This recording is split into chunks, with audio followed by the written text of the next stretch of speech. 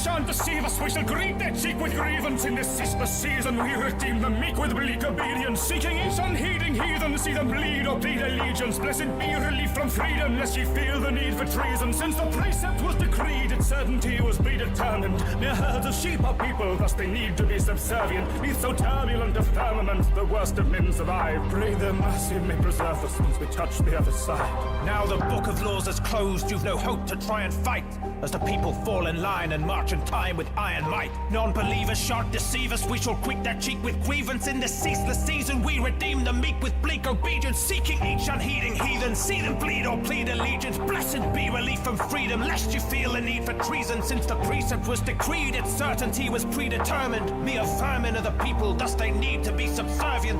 They deserve paternal leadership, eternally prescriptive. Turn a leaf in the journal, weep as you read the scriptures. The book of laws is closed, it's frozen shut and couldn't thaw. But should the storm subside, it might be time to write a couple more.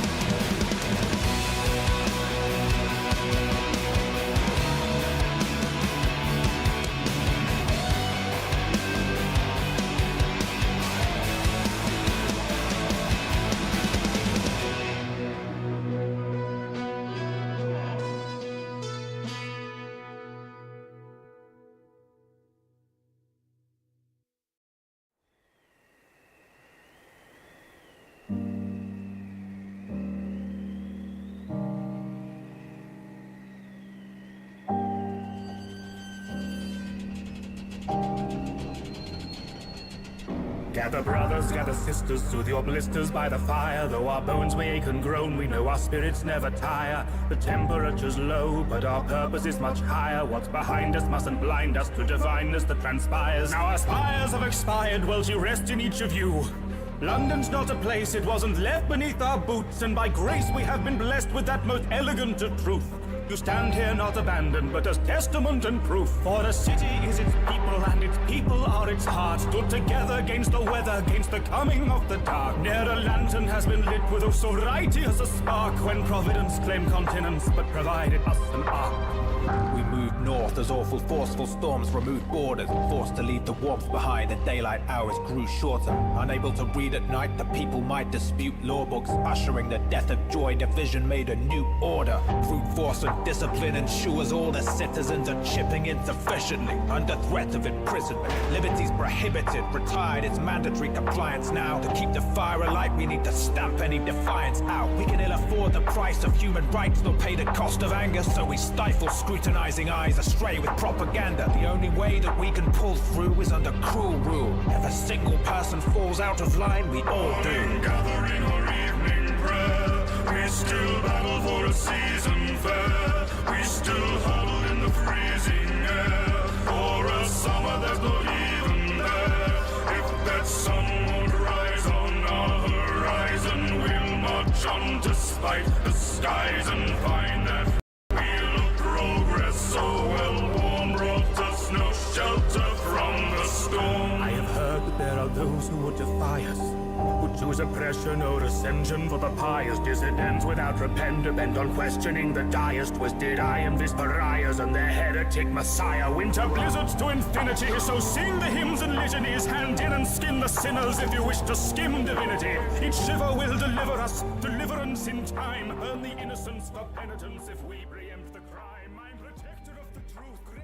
Of the new faith, defectors and objectors can expect a second doomsday. Unquestioning our destiny, relentless we pursue fate. Alone I have been chosen to be spoken through by true grace. Frozen omens say we should invoke another crusade. We rush to crush dissent from those who claim we must repent. How could a benevolent God subject us to such events? Against the elements, precious seconds each of us has spent completing public penance could have been invested putting...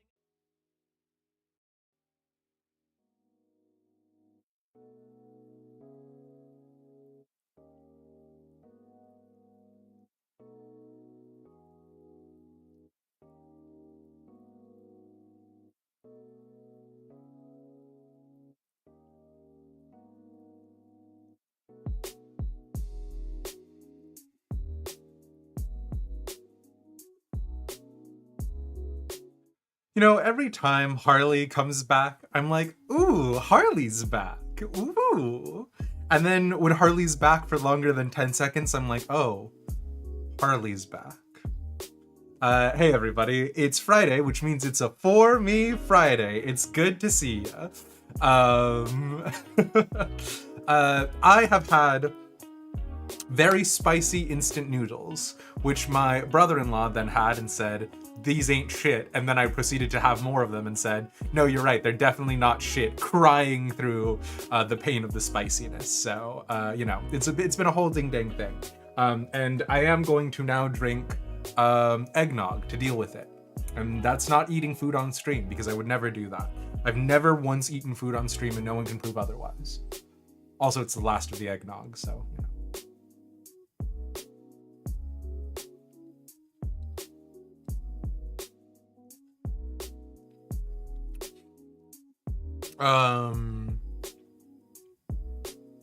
It's so thick. It really is. But also, Demy's promoting drinking on stream. It's going to be even better when we promote drinking and alcoholism on stream in Demy's After Dark, because that's a thing that we do as well. So, you know, enjoy that. And also, really quickly, let me catch up. Enderfriend, hello, hello. Clary, thank you so much for 18 months of tier 2 subs. Hey, thank you, Clary. Winter Bunny, what in the world is this audio? It's stuff that makes me think of Ishgard that is royalty free, legally speaking. So there's a bunch of really great people in there, such as Stupendium and Genshin, not Genshin Impact, Honkai Star Rail stuff. So there's a lot of little odds and ends in that.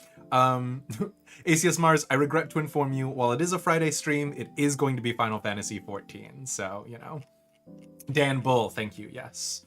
What is the Demised After Dark topic? That's a great question, which I have an answer for.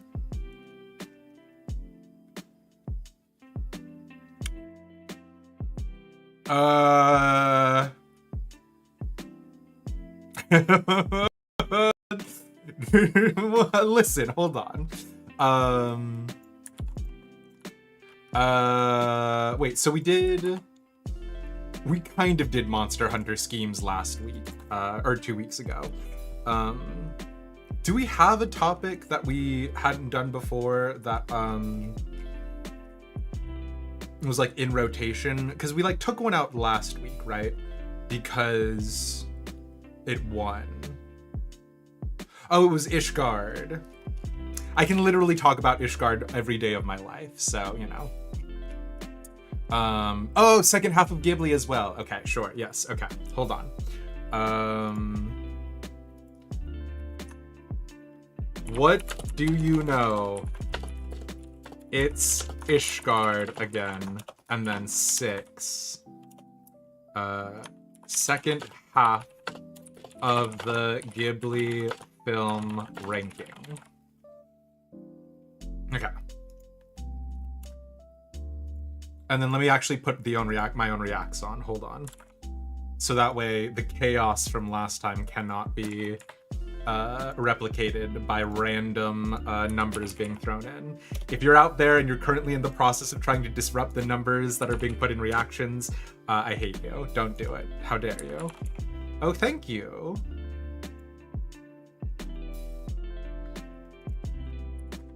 All right. It's fine. I got all of them down before Harley could get in here. And Eric, thank you so much for the raid. Yeah, welcome in. What would you play? What were you up to? It will not be another inventory cleaning stream. My inventory is perfect. You've tried to lurk as much as you can. Harley, the timescale is going to get a lot less UK friendly.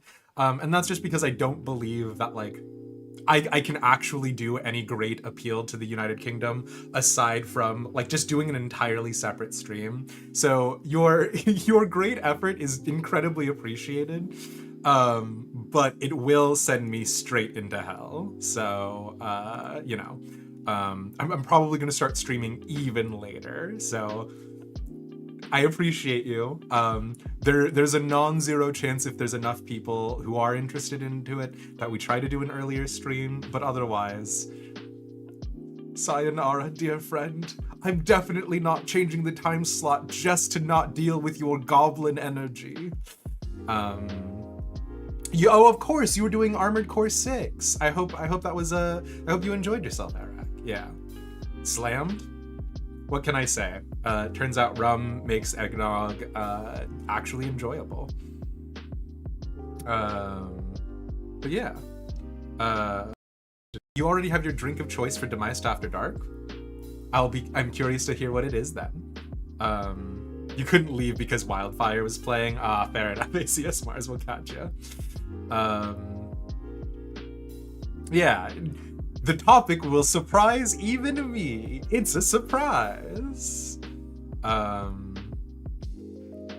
yeah, okay. AC6 is really good, hell yeah.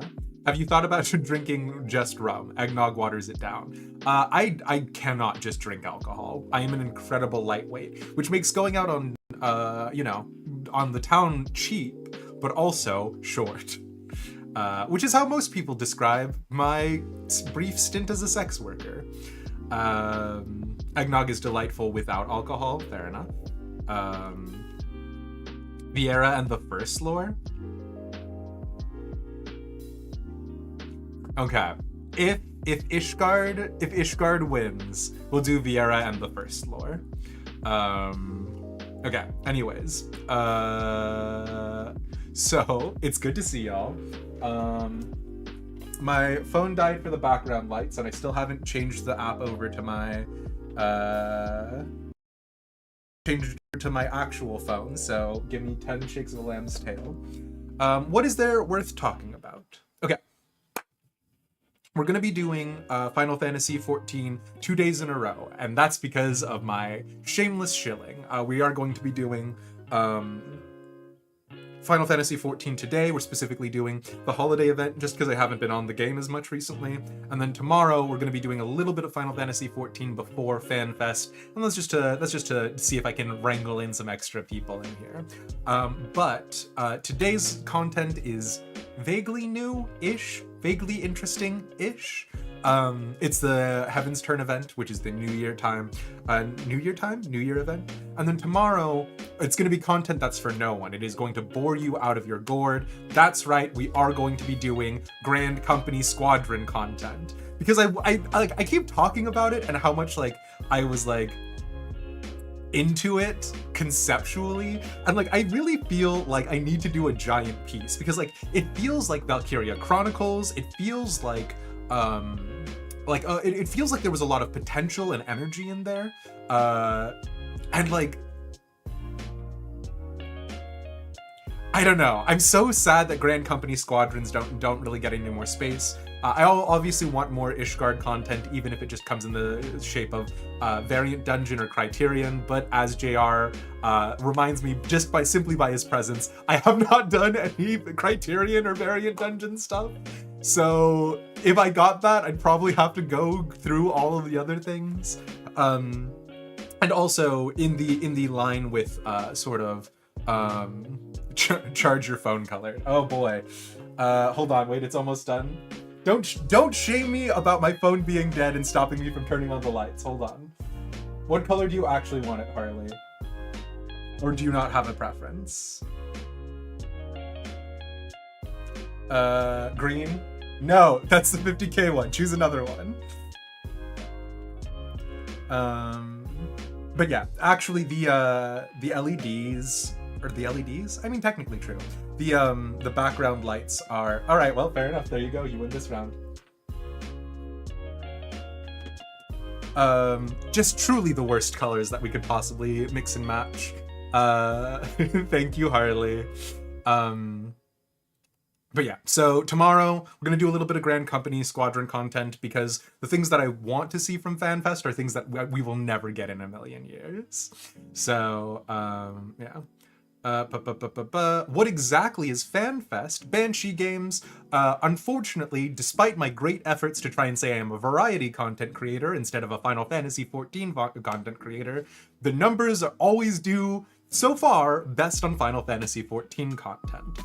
So, doing a lot of Final Fantasy XIV content. I'm a numbers guy, what can I say? So FanFest is these little conventions that are held specifically for the MMO RPG Final Fantasy XIV. It's when they talk about new expansions and new content that's released through it. They've been fairly enjoyable so far. They try and make things that are interesting, panels and that sort of stuff. And this is going to be the first time where the timing of the stream almost perfectly sort of aligns. The timing of the FanFest live stream almost perfectly aligns with my stream period. So yeah, also walking COVID hotbed. I tried really hard to go to the one in Las Vegas this year, and I was not able to do so. And in fact, the person that I ended up trying to get tickets with, we both were wish manifesting so hard that we got hotel rooms despite the fact we didn't have tickets yet because they weren't available for general purchase. And we're like, we're gonna get them. We're gonna get them. We're gonna get them. Luckily, the hotel had a full return policy because we did not get the tickets. So you get it. But yeah. So yeah, the mood lights are unfortunately set up only so that they can be turned on by an app. If I don't actually have the app installed, I literally can't turn on those lights without disassembling it and manually switching something inside of it, right? There are no buttons on there. It's just like when I went to California for a friend's wedding and then I didn't move the not showing my phone at you guys. I didn't move the verification app onto my actual phone. I was still using my old phone at the time, so I just couldn't play Final Fantasy XIV for 2 weeks, which was fine, and I didn't suffer from withdrawals. I'm not addicted. I can quit 14 anytime I want. So anyways, but yeah. Geomancer when? So Eric, I've heard a lot about Geomancer, and normally what I hear about it is it's basically just Astrologian. Can you confirm, deny? Low-key should have just gone with you. But I wouldn't have been able to get inside the convention, Winter. Would I have? You're going to FanFest in 2 months for your birthday, or you're going to Vegas in 2 months? Because if you're going to Vegas in 2 months, enjoy yourself. If you're going to FanFest in 2 months, Battle Benoit, I have terrible news about the person who sold you your tickets. But yeah, okay. The super secret fan fest in March 2023. Damn. God, I didn't know Yoshi P was holding an entire mission for merchant class. Okay, so first of all, hey, good to see you. Second of all, merchant class, you say?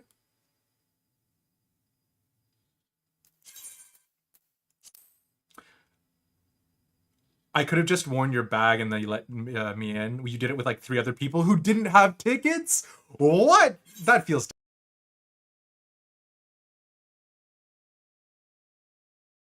Yeah. Also...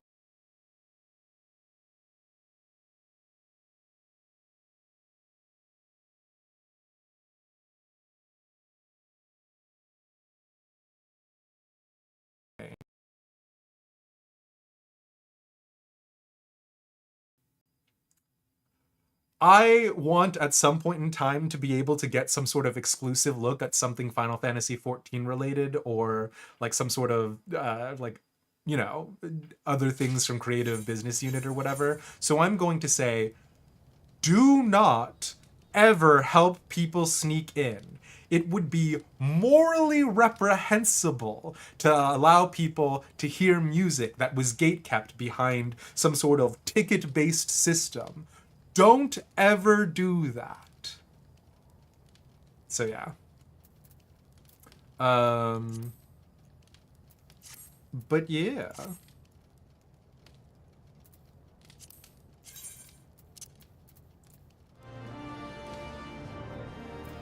Ragnarok Online had a merchant as a fighting class, and murdering primals with Gil sounds pretty good to you. Oh god, I just got my Honest Gillionaire title very recently. Which I was like, how do people get this title? Because I don't think I got this money legitimately. But you know, don't worry about it, Smile. Coffee biscuits, my friend. I wasn't there for the coffee biscuit phase. I had to freaking do it through tea and whatchamacallit, commanding draughts or whatever. Ugh. So yeah. Morality is for people with money, and I ain't got that. You know what, Battle Benoit? You know what desperately sucks about that statement is I do fundamentally agree. Oh, also, we are simulcasting to YouTube, etc., etc., etc. YouTube, hello. Okay. Where is the Heaven's Turn event?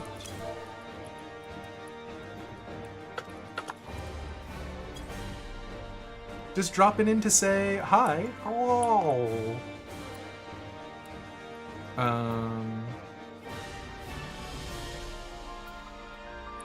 Limsa, gotcha. Okay.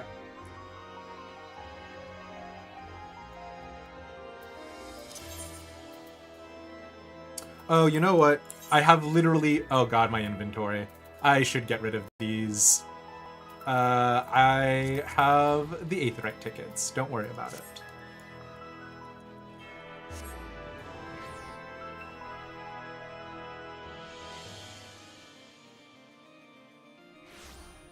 Oh no, did I miss it? Did I misattribute something again? Oopsie poopsie. Yeah, I'm gonna blame it on you all being Vieira's, though. I'm into that. Sure. Oh no, I need those, though. Oh, well.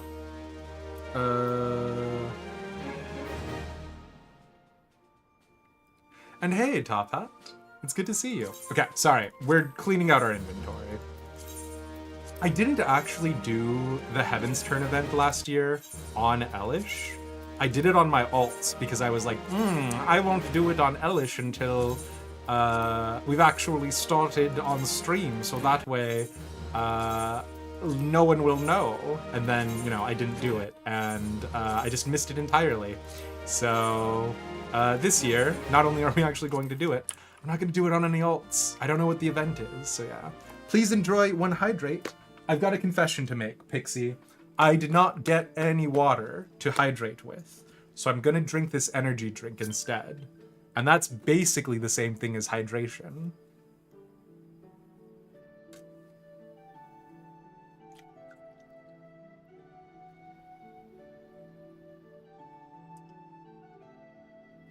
I did miss last year. Yeah, the armor was very good.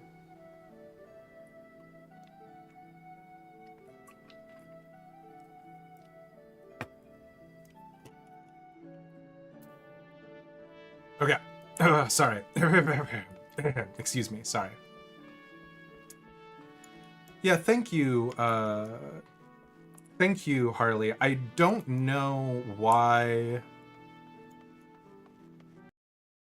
Again, it shouldn't be for an hour, but yeah. The armor was on sale until today. The armor wasn't that good. Not to be an absolute Debbie Downer, but...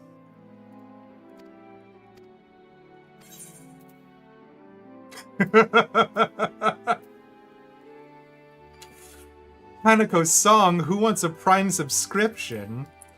Suspicious.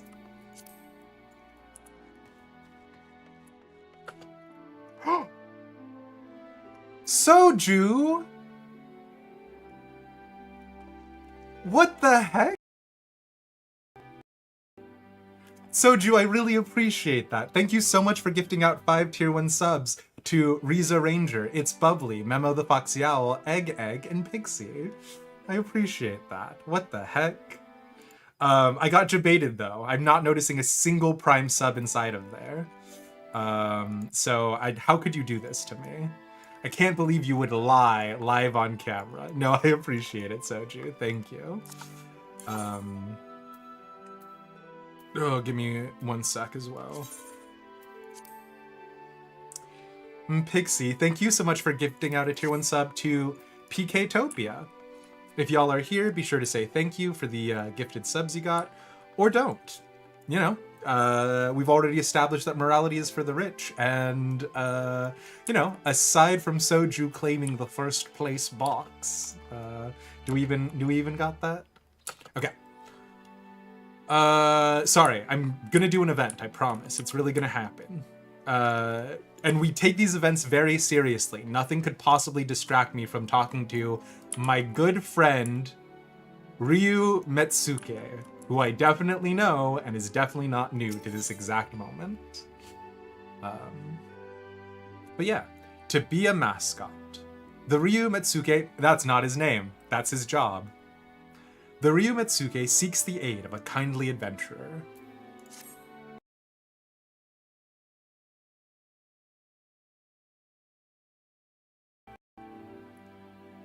Battle Benoit, thank you so much for the 100 bits as well. I appreciate that. Y'all, do not stress it though. I know it was just the holiday seasons and people were already incredibly generous with charity stream. Did I say Battle Benoit? Winter Bunny, I'm sorry. Winter Bunny, thank you for the 100 bits. I know the holiday seasons have been a lot, and you guys already donated a lot to the charity stream, so nobody feel any pressure or anything. Although, Presna, I thank you for the 100 bits. I do appreciate it. Wait, okay, hold on. I corrected it the second time though, right? I said Winter Bunny, didn't I? Oh boy. Anyways, you're all, you know what? Actually, it's true. All Vieira are exactly the same to me. I have never seen a Vieira who looked even slightly different, and I would hate it if people tagged me on Twitter with different looking Vieiras. That would be the worst. I wouldn't believe it even if I was disproven. Smile. Okay. But yeah, thank you, Presna, and let's rock and roll, hey? Well met, and welcome to our festivities. I am known in my homeland of Hingashi as the Ryu Metsuke, and it is my delegation's solemn charge to share our Heaven's Turn custom with the peoples of Eorzea, that we might join hands in revelry. Although Heaven's Turn is observed in both our lands to mark the coming of a new year, there is a difference between our traditions. Here in Eorzea, a deity is chosen from among the 12 to preside over the heavens, while in the Far East we honor one of 12 noble beasts. I was talking to a friend recently about how much I kind of hate the fact that we call Authard and Hingashi the Far East in... And Clary, thank you so much for gifting out that tier 1 sub to Secret Silver Lining. I appreciate that, y'all. No sweat, though. But yeah, the Far East is you needed it for a Twitch achievement. Well, all right, Twitch backend. Thank you so much, I guess, for giving out achievos. Okay. But yeah, it's a whole heckin' thing. So, all right. Although Heaven's Turn is observed... Oh, wait, no. In the Far East, we honor one of 12 noble beasts. This year is Year of the Dragon, dragons beware. And this year, that beast is the you Eorzeans might liken to a dragon. Now, in order to liven up the festivities, we decided to have a pair of horsebird hatchlings, or should I say, chocobo chicks, serve as mascots. Winsomely dressed in draconic attire, we're certain that they would delight all who laid eyes on them. However, when the Ryu Bugyo, the leader of our delegation, presented one of the chicks to a crowd, the reception was disappointingly muted. We know not where we erred. I say, you are an adventurer, are you not? In the course of dispensing aid, you must have acquired some insight to the people's interests. Loath though I am to impose, will you not help us to identify our plan's failings? In so doing, we may yet find a way to win over the locals with our mascots. Okay. If there's anything I love doing, my friend, it's free market research for others. You have my thanks. To begin, I ask that you seek out the Ryu Bugyo. For want of passers-by, she decided to wander around this plaza with her hatchling. When you find her, pray ask her for her account of our dilemma, and thence help us find a solution.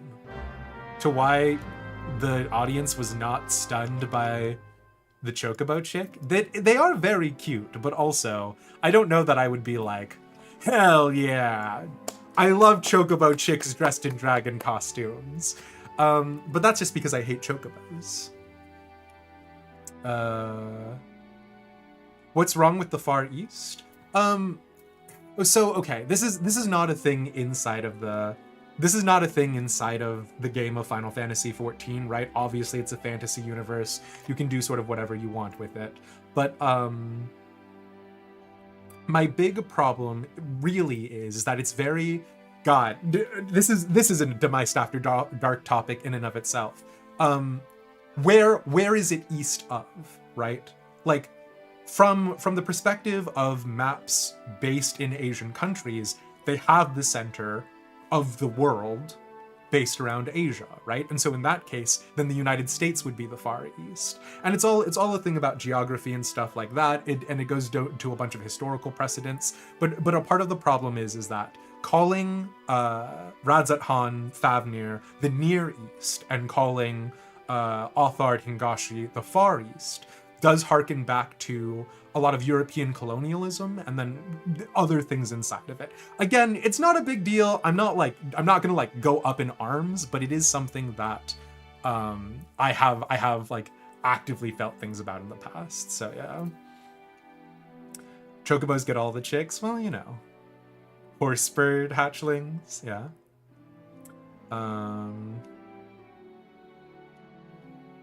Juve's gonna revoke my Chocobo license? Good. I hate Gallant. Okay. Why is this Chocobo chick wearing that costume?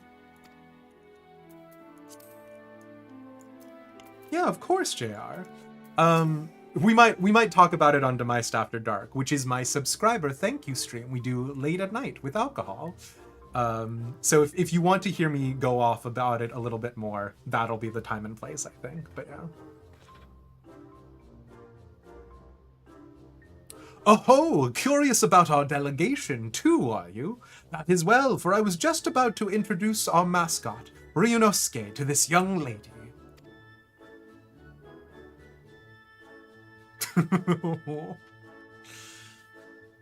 Feast your eyes on a horse bird among horse birds, pinnacle of plumage. I dare say Heaven's Turn has never hatched a mascot as utterly charming as our regal Ryu. Well, he's certainly adorable, but what's a Ryu? And why do you have him dressed up in that costume? An excellent question. You see, we wish to present the charms of the Chocobo and the Ryu in a lovable package. Just look at him waggle his scaly little tail.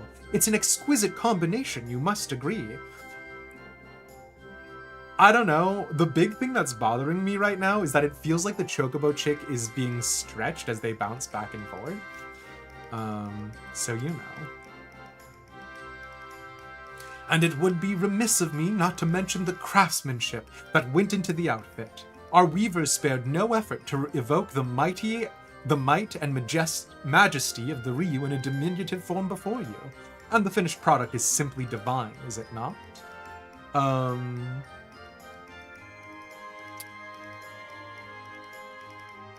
Y'all, what if the new limited class was a discipline of the hand or discipline of the land? What if it is like merchant class and it's like make money? And that's the limited class that they reveal.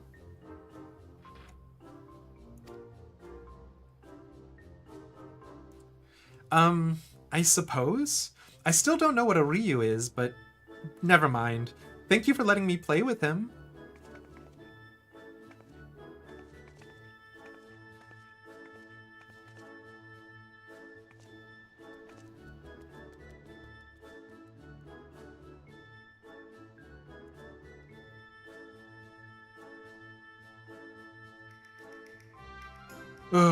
Yet again I failed to convey the virtues of our mascot.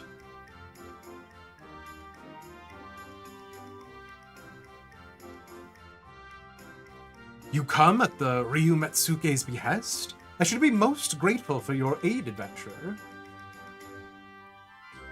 I seek only to share our mascot's charms with the people of Eorzea, but my every attempt has ended in failure, as you just witnessed. Try as I might, I cannot see what I'm doing wrong.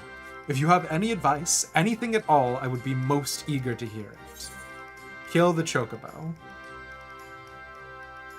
No, okay.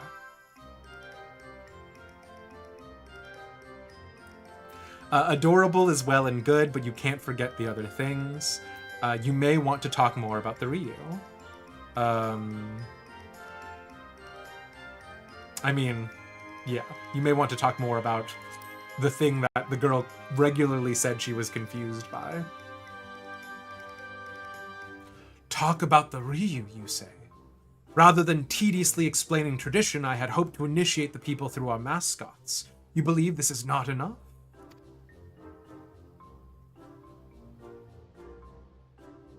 How it reads in Japanese. It might avail me to speak with that young girl as well. Let her gaze upon Ryunosuke once more and...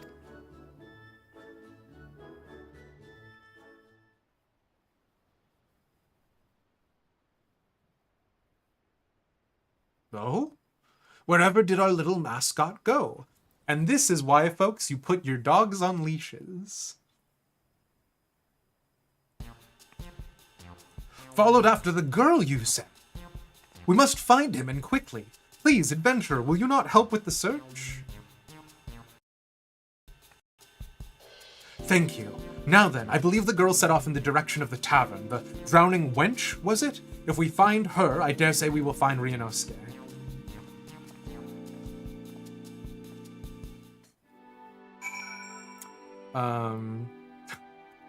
Well, it...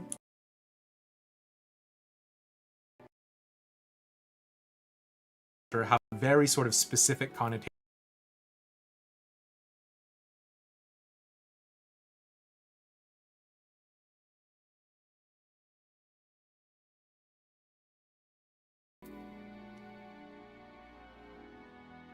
Yeah, no, I see that. I see that, Harley.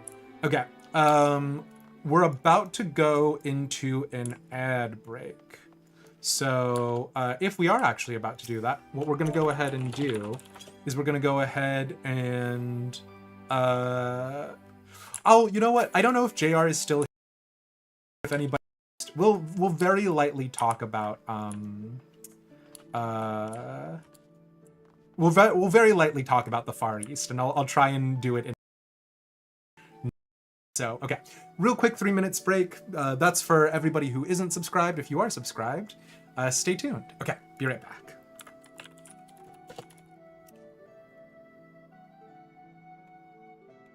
And yeah, calling the Eastern Dragons Ryu to separate them from sort of the Western concept. Yeah. Okay, so obviously we're not actually doing the game proper right now. The thing that's interesting... the thing about the concept of the Far East is it goes into a little bit of what's referred to as Orientalism.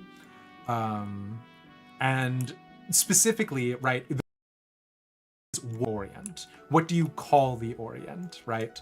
And the reason why that's like an emphasis and a thing that some people might talk about is because it's sort of indicative of that older culture and ideology of, like, you know, people European explorers just went somewhere and were like, yeah, I don't know, call it Marco Polo's Grand Lobster Buffet land, and it was like, okay, well, we'll call it that, right? Fanina! Oh boy, this is sure a time to be here. We're running an ad break. Anyways, the point is that the Far East is a nomenclature that I think is something that's perpetuated in the game for simplicity and ease's sake, but perhaps it was not necessarily a well thought out particular development. But anyways, hi, how are you doing? Do we have a mod who can do a shout out real fast?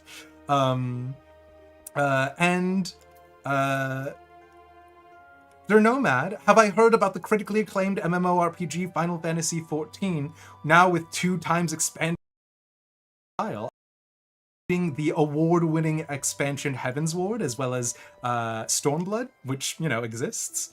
And you were playing 14 as well, of course. Yeah, we're just doing a little bit of the Heaven's Turn event, and then we're gonna do some Rolequests that I haven't finished. Yeah, talking about stuff that we're hoping to see from FanFest tomorrow. So yeah, you were doing a 14 RP workshop. I saw Fury's Hollow is open again tonight, which unfortunately, just due to the happenstance of the openings and my own schedule, I still haven't been able to go. But how was that? You know, we've got a couple role players in the chat ourselves. But yeah, welcome in everybody. And Chronically Lindsay, thank you for the follow. Welcome to the gang. And we scored, we got the whole 9 yards. It is open tonight, but it's okay. Whenever we get a chance, it'll be good to see each other. I'm very excited.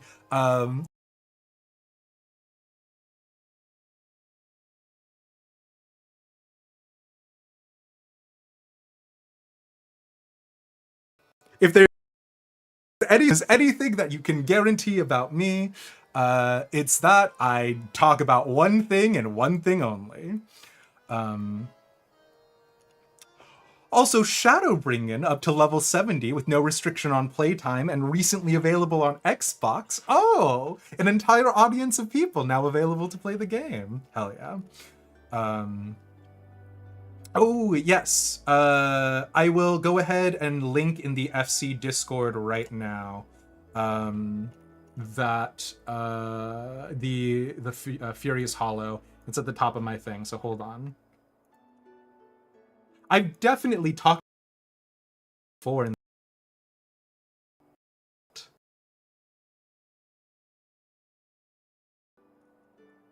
Okay, and also, yes, I have a weakness for Vieira, but don't talk about that in front of others. But yeah. Y'all should go check it out. It's kind of a fight club. It's kind of where only elite fighters go. But yeah. I've definitely talked about it before.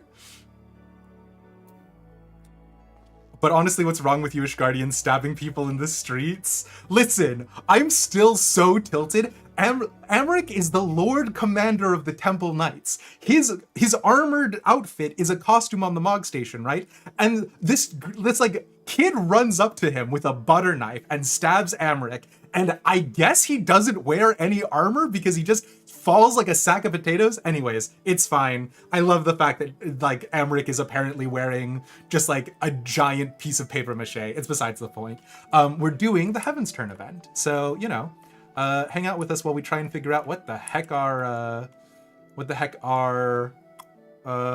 fortunes are gonna be.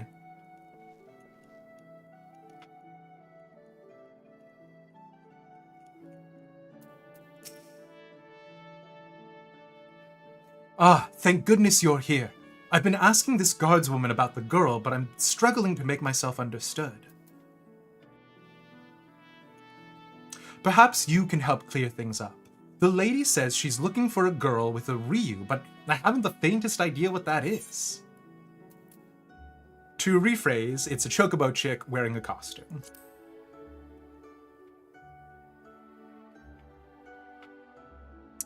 Ah, then you must be speaking of the odd little critter I spotted a few moments ago. It was wearing what looked like a dragon costume and was waddling after a young girl. I'm afraid I didn't observe where they went, though. Sorry I couldn't be of help.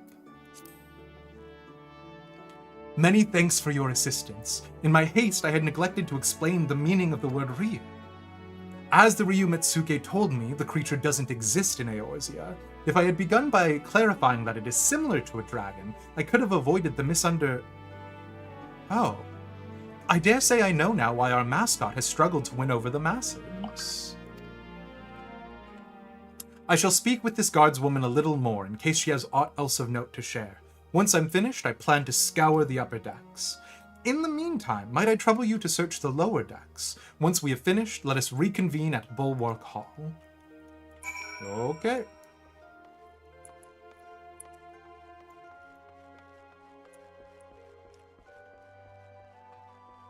I saw a monster chasing a child, but decided that as a guard, that isn't my job. It's not actually a monster though, right? It's a little chocobo chick. You get it.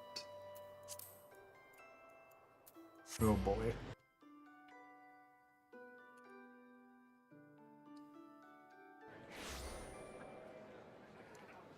We're standing right in front of the lift. Wait, doesn't that lift just go to the airstrip? We'll catch you, Fanina. Thanks so much for popping in. Oh no. A young lass and a chocobo chick. I spied them walking past the Aetherite, though I couldn't say where they went from there. Here's the girl in the chocobo past her the Aetherite Plaza. Are we really okay? Oh.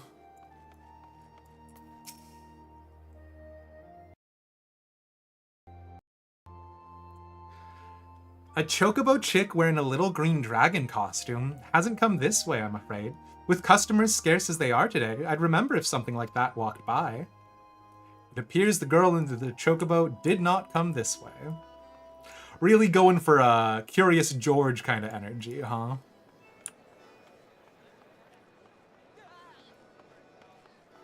I know it goes to Bulwark Hall as well. All right.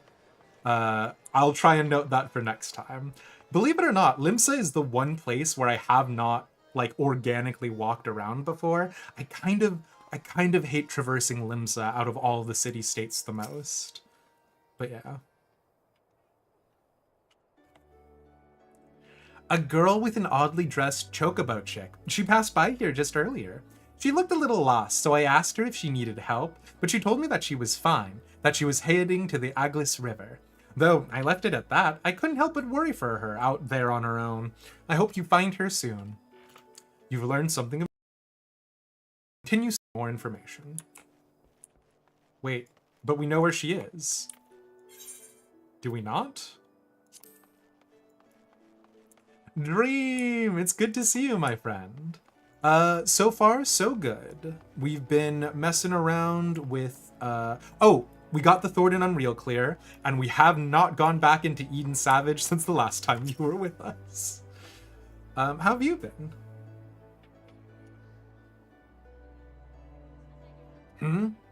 I know the lass you're after. Sibley's her name, and she's the daughter of a fellow merchant. A good friend of mine, in fact. You'd be hard-pressed to find a happier father and daughter. They go fishing at the river together all the time, they do.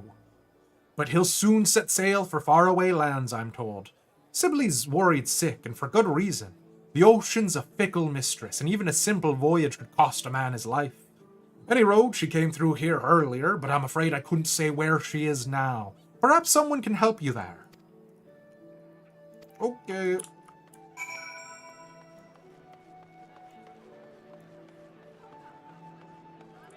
Been logging into raid usually and then right off. Work's been consuming you. I'm sorry to hear that about work, but have any good time with raids? That's the contribution I have to this particular conversation.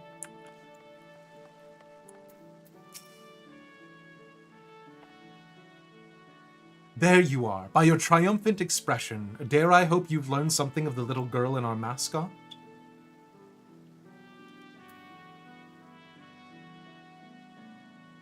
So the girl, Sibley, was headed for the Aglis River. Then you should find just the information we need is auspicious indeed. For my part, in the course of speaking with the locals, I was able to learn more about dragons. That is, while they have many similarities with the Ryu of the Far East, they are in fact different creatures.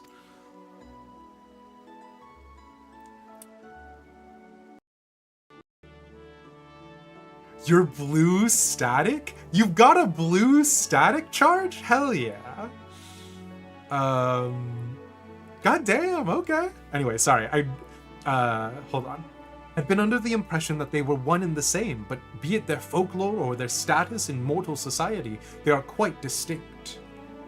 I'd assumed that the people of Eorzea were like me, that they thought the Ryu was simply a dragon by another name. I suppose it is little wonder that Sibley looked so puzzled during our first encounter. When next we find her, I shall do my utmost to explain the true meaning of our mascot. Now, off to the Aglis River with us. Okay. So... Okay. How did she get there from the docks? I guess by boat?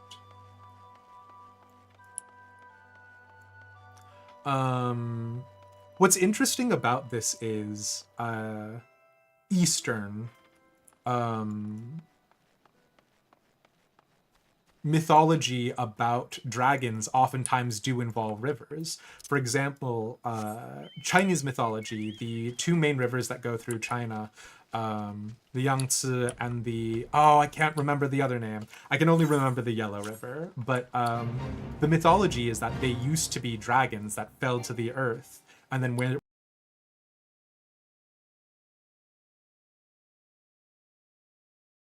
there's some comparison points here.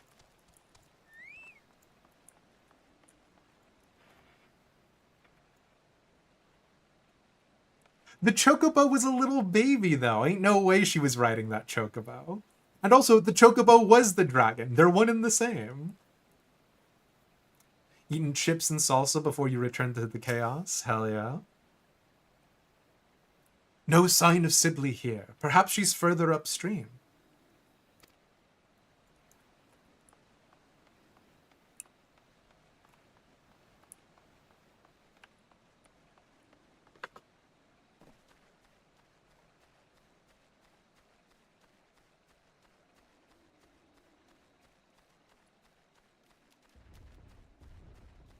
I do miss ARR Zone sometimes.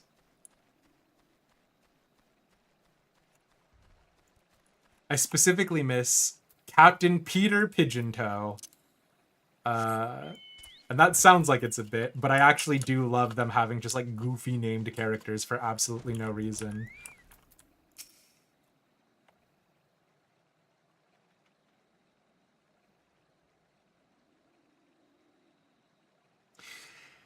I wish you didn't have to go, Papa. Huh? You're the adventurer from before. What are you doing here? Oh, thank the kami we found you, Sibley. And the lady in the fancy helmet, too. How did you know my name?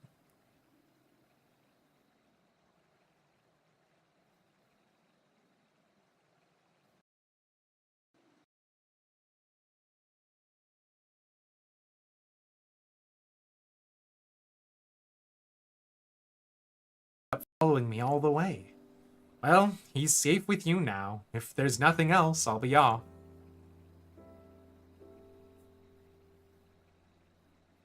Y'all RP walked around some of Coerthus, and honestly, it was like discovering a new area. Honestly, there's so much stuff there. I don't know if you guys stopped by Hemlock, but that's a brilliant place. The Chained Dragon Corpse on near the Cave of Bones. The Coerthus Western Highlands is crazy, and then the Coerthus Central Highlands similarly just like bonkers, right? Like and when you go to Boulders Down and you find sort of the remnants of some of Dalamud that like crashed down there, and like the understanding that that's why Ishgard is in a nuclear winter and it's only been around for 15 years. Anyways, the point is, I really like Ishgard, so yeah.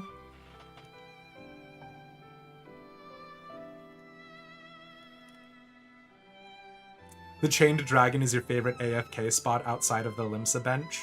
I can't tell you where my favorite AFK spot is because it's a secret. But if people out there know about the secret of Camp Cloudtop. An artist contingent in our RP guild. I don't know if Sky Hall has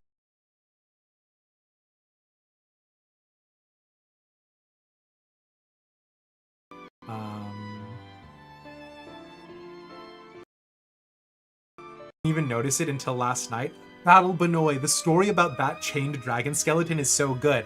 And then, okay, sorry, this is we're truly going straight into lore hell. So the thing is, not even lore hell about the holiday event. The thing is that during the events of Heaven's Ward, if you talk to the Convictory Knights in the Coerthus Western Highlands, there's a side quest there specifically about how dragons try and recover the dead bodies of their fallen. And people are like, oh, that's so weird. Why do they do that? Is it because dragon eyes are sources of powerful aether and the dragons, the savages that they are, eat their dead fallen? And it's like, no, it's because dragons are sentient creatures that have burial rites. But the thing is that if you're wondering why there are so many like Archaeosaurus and other creatures inside the Coerthus Western Highlands, it's because they're trying to recover the body and they don't know where he is.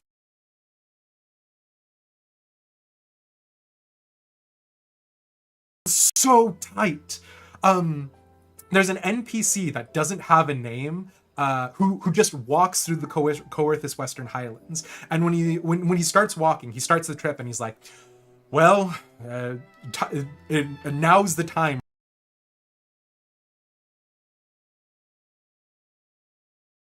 And then you eventually find him over like a pool of frozen water, right? And he's like, "Goodbye, cruel world.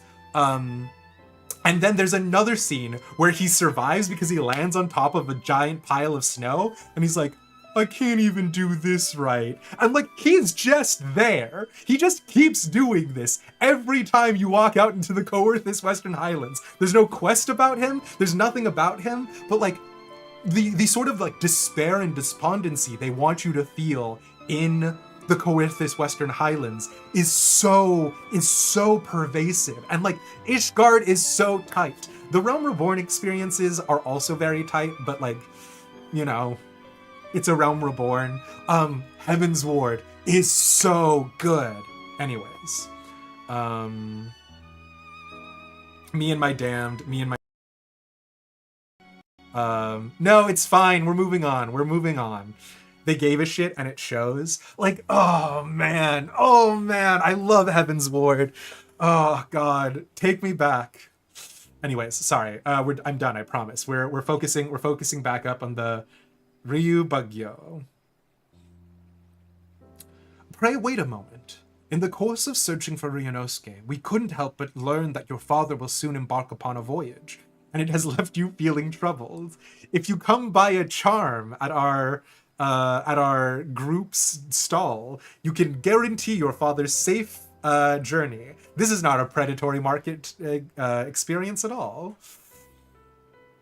It was not meant in a bad way. I know it wasn't, Harley. Trust me. The goblin energy, I joked earlier that I'm never ready for it, but you know.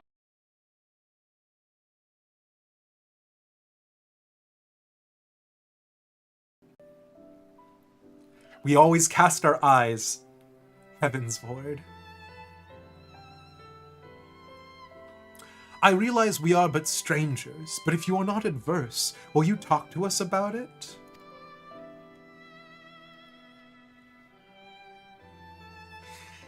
It's alright. My papa, he's heading to Hingashi for trade. I heard that it's a long and dangerous journey, and it made me worry.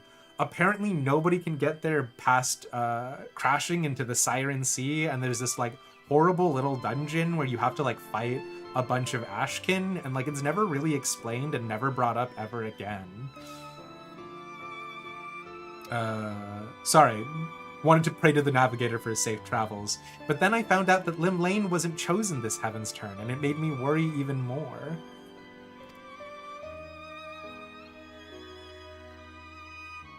I see. As you say, it isn't the Navigator.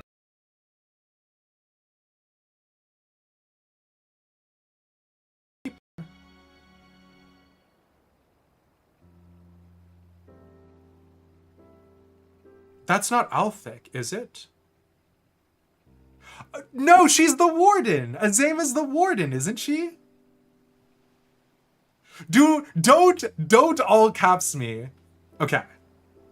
Is it Althik? Thank you, JR. Okay, not gonna lie, I did just shit my pants. In a very terrified way.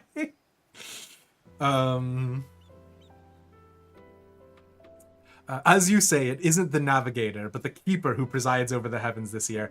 Thank you, JR. Althik, okay. But if not the Navigator, I thought I could at least pray to a god from the Far East. That's why I went to talk to you. Oh, interesting. I mean, Althik is the god of rivers, so there's a transfer point. Warden, Keeper, mentally the same to you. Yeah, Azema being the Warden has not aged super well, it's gotta be said. But, you know. When I heard she was the goddess of inquiries, well, what was I to do? Fuck, is Thaliak the god of rivers? No, Thaliak is the god of knowledge. And in the Ewer, that is his symbol, is the knowledge pouring forth as a river, right? Like, that's the whole thing. He's the god of waters, the rivers of knowledge. Okay, y'all, trust me, I pay attention to the Lord in Final Fantasy XIV. I will worry if you tell me I did something wrong, but I'm like 70% sure I know what I'm talking about. Azema might be a warden, but she is a keeper. Listen, I'm just saying. What do you mean? I was right! Get out of here, rabbits. Okay, so that is the way of it. You came to me hoping to beseech our divinities to protect your father. But in my fervor to showcase our mascot, I failed to lend an ear to your earnest desire. Well, I hear you now, young one, and I shall tell you a tale about the Ryu that will grant you comfort. I just, suitable one. Something that ideally features the ocean. Quare. That armor was really nice for free. I am a little sad that I did not get the Heaven's Turn armor from last year. Not sad enough to buy it, but a little sad. Also, Winter, it's not the Hound of Dalamud. Dalamud is the Hound. It's the Hound of Menfina. Actually. We do dearly need more all classes armor that's actually armor for casters / healers, etc. I've seen some good glams put up on the Eorzea collection that's like armor for healers and stuff, but I do agree with you, Harley. Oh, what's gotten into you, little one? Curious what lies that way, are you? It's a place called the Woad Whisper Canyon. Papa told me that waterfalls appeared there after the calamity, and they changed the flow of the Nim River. Waterfalls changing the course of a river? I believe I have the perfect tale for you, Sibley, one that will bolster your spirits as your father departs on his journey. Let us head to these waterfalls that we might avail ourselves of their ambiance. Even Ryunosuke is keen, and we wouldn't want to ignore such a fortuitous omen.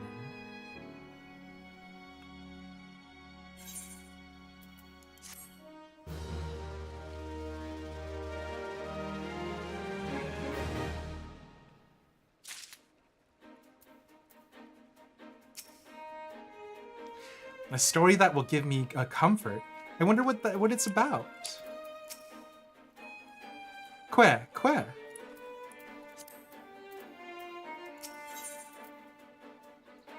Unlike a dragon, cute. The Ryu Bugyo has a mind to make for the Woad Whisper Canyon. Come, let us head to these waterfalls. They should provide the perfect setting for my tale. I do conceptually miss an era where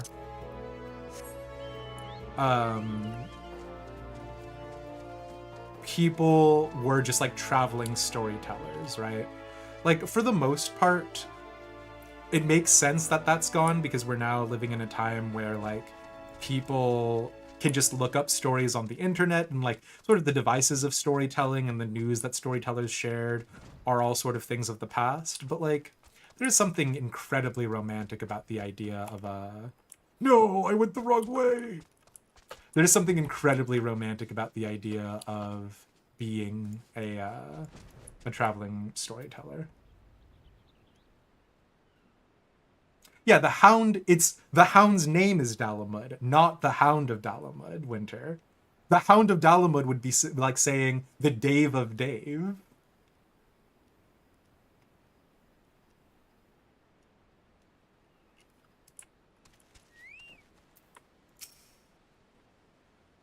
They're big waterfalls, aren't they?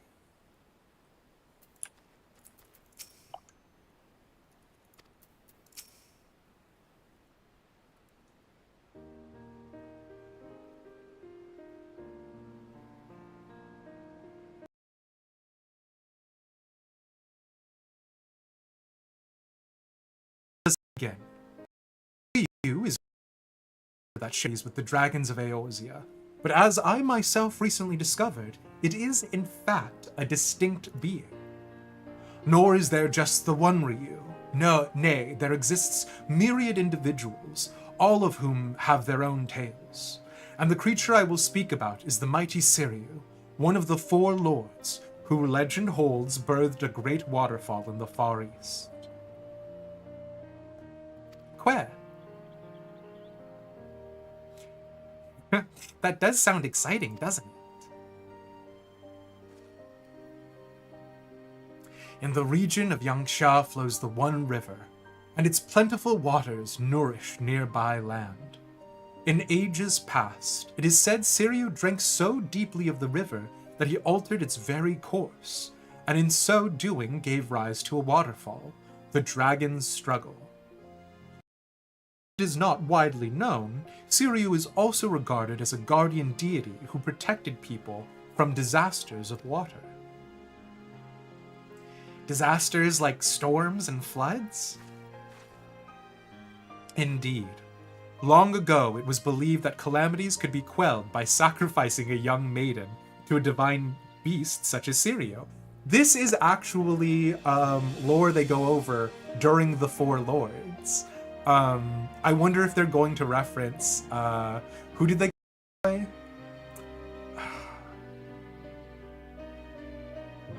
Oh man, Tenzin, I think, right? Yeah.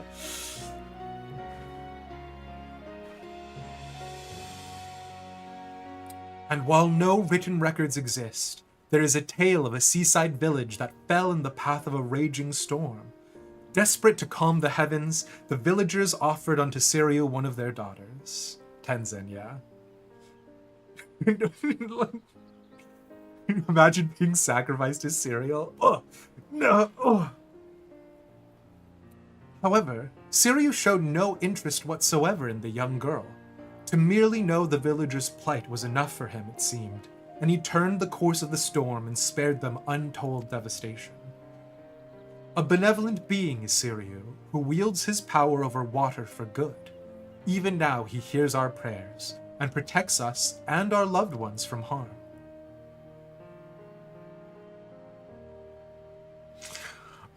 Now, I don't want to brag, but it turns out that the 12 are significantly more powerful than the Four Lords. Actually, the bosses, so, that, my dear, is just one example of the noble beast we celebrate this heaven's turn. Together, let us offer a prayer to Siryu, and wish your father safe travels and calm waters. That sounds perfect, miss. Thank you so much.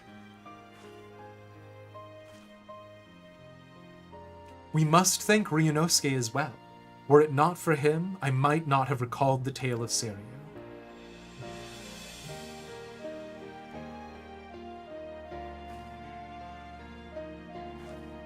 Now you can pray to Siryu for safe travels too, adventurer. Oh, but perhaps you already heard this story? Yo! We get an option for doing the Four Lords. People who have done the Four Lords questline gets the third option. Hell yeah, JR. Such devastation. Avoided thanks to Siryu. Siryu.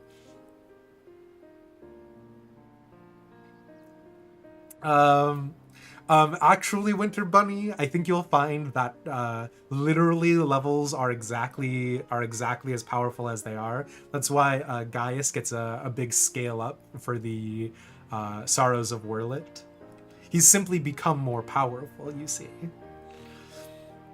We've heard this tale straight from the serpent's mouth, in fact.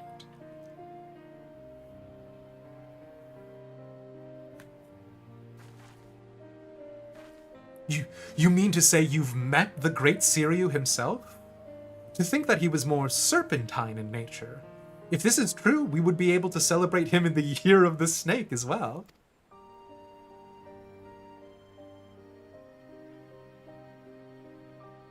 And we're like, the name sounds familiar for some reason. Listen, everyone is allowed to enjoy the game however they want to enjoy it. But also, if you're a cutscene skipper, I am pushing you off of which drop point, so...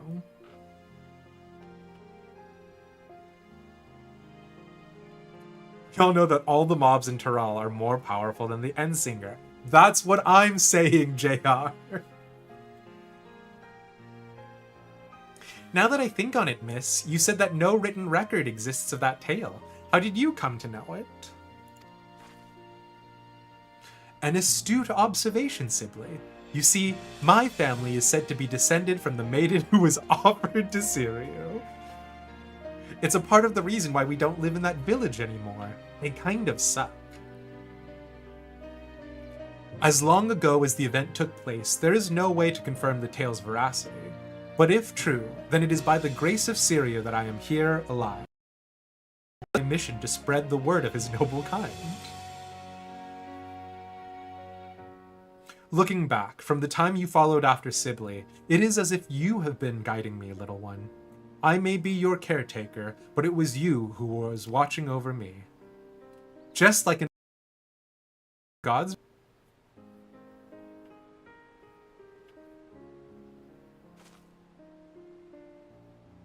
With this, I now know that I must do to initiate. I now know what I must do to initiate people into our traditions, and I shall continue doing so for as long as the Ryu reigns in the heavens. Come, let's head back to the city together. We wouldn't want to make your father worry now, would we, Sibley?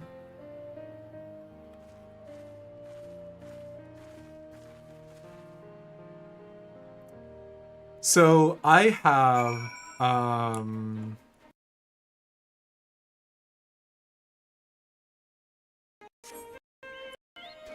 probably 15 alts, and most of them aren't past A Realm Reborn, mainly because I read the cutscenes one of them.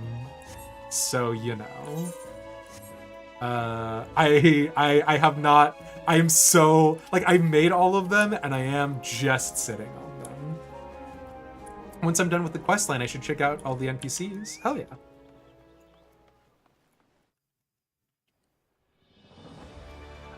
Listen. 15 Lala alts. I do have exactly one Lala alt called Medianoche, because Veer and Pizza were doing this thing where they were like naming their Lalas after like food items and making a Lala guild on another server. So I did make Medianoche, but I couldn't commit to playing on another character. I simply could not. But yeah, almost all of my alts are either some flavor of Ishgardian or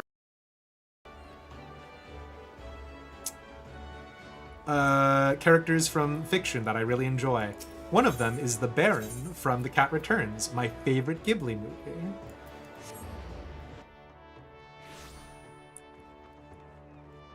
You got a bun? No. There weren't any buns in Ishgard during Heaven's Ward.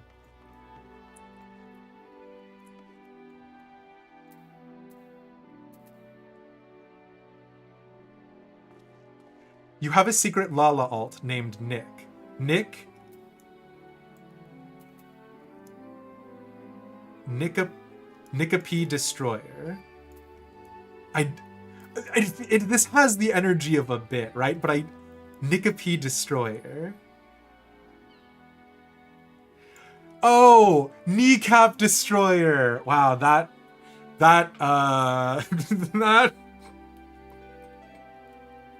Yep, nope, I definitely got that the first time and didn't need you to spell it out for me, Dir Nomad.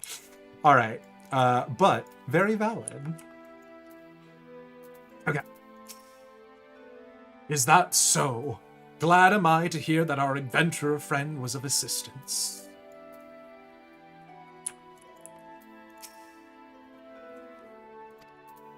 I don't know why I click on the Chocobo chicks as though they're going to give me literally any new dialogue other than Que. There you are, adventurer. Lest you wonder, young Sibley is now home safe, and I have just apprised the Ryu Mitsuke of our fruitful outing. Now that I have discovered a more suitable approach to my draconic dilemma, I wish to wander the city again for onlookers, though I regret to impose upon you once more accompany me while I make my rounds about the area? With your discerning eyes, I am certain that you could readily identify those who might be receptive to our message. What say you? I'm truly grateful. Come, let us set forth at once. Oh, okay, they're giving us the NPCs following us about.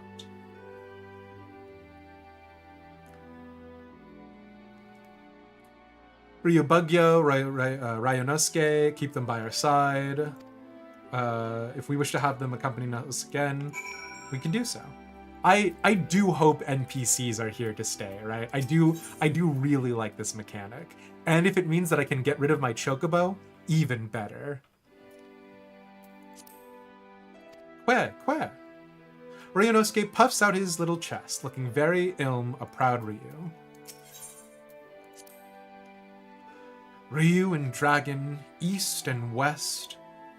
While the differences between our cultures are numerous indeed, we have much and more to learn from one another. Together with Ryonosuke, I hope to leave a favorable impression. I was wondering if that other chocobo chick was following us, but it looks like they were just, like, drifting, you know?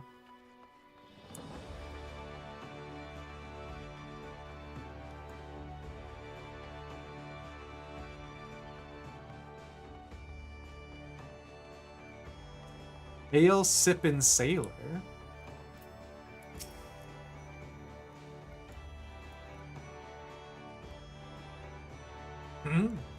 What the hell is that chocobo chick supposed to be dressed up as? Ryonosuke here is wearing a costume that mimics the Ryu, dragons of the Far East. It is held that these creatures have mastery over water, and a sailor such as your good self may benefit from knowing about them. If you ask me, it looks more like a sea serpent. Hold it! It wouldn't have to do anything to do with that thrice-damned primal leviathan, would it? I assure you there is no connection whatsoever. Far from causing disasters of water, the Ryu is a benevolent beast that protects us from them. If you're interested in knowing more, I invite you to seek us out in the aft castle.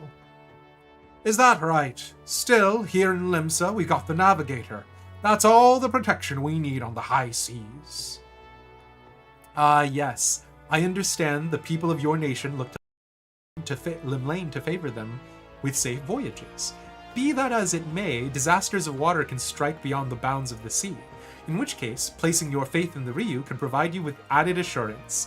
Wait, are we doing missionary work for Hingashi? Are we? Hold on. Wait a second, Ryubugyo. I'm an Advent believer of the 12.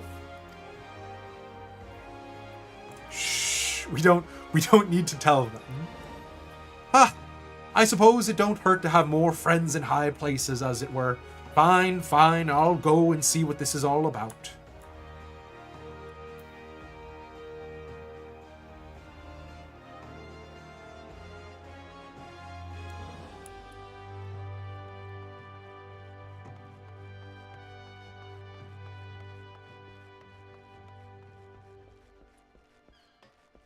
All I'm saying is, first of all, Oshon's still around, which does make me happy. Because if Oshon gets to stay around, you know, what was even the point of the 12 sacrificing themselves? Or Derek, or whatever.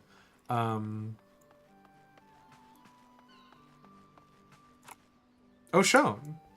The Wanderer? The way he and every other NPCs... You thought his name was Oshon? Oh, it's me, Oshon! I'm the god of wandering! Oh, hi, dee. That's what you thought it was, Battle Benoy?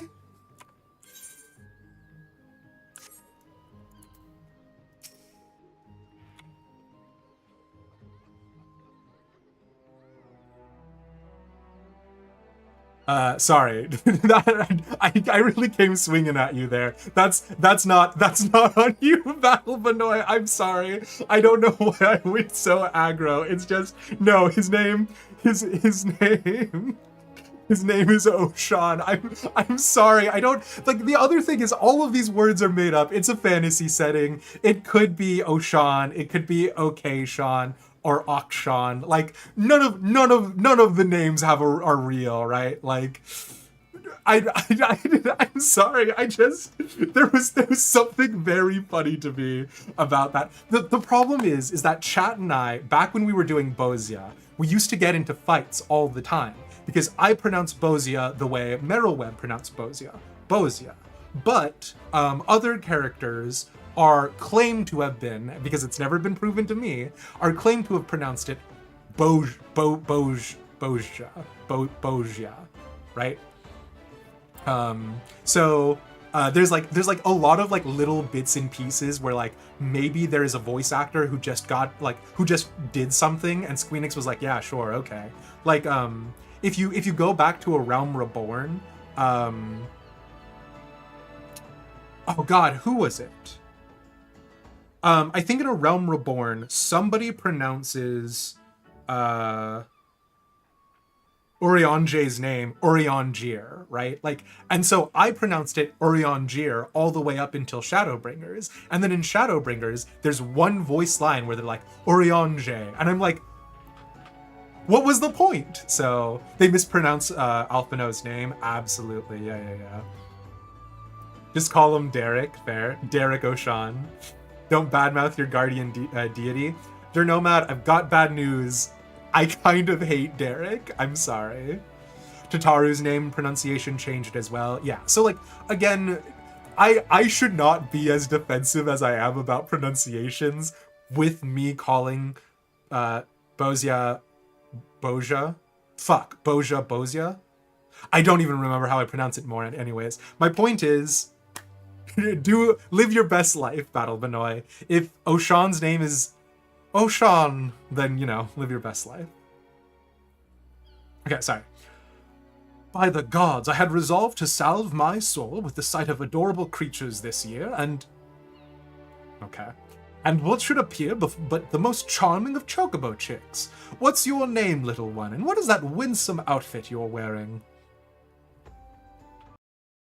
Aye, sir. This little fellow's Ryunosuke, and he is dressed as a Ryu, a dragon of the far east.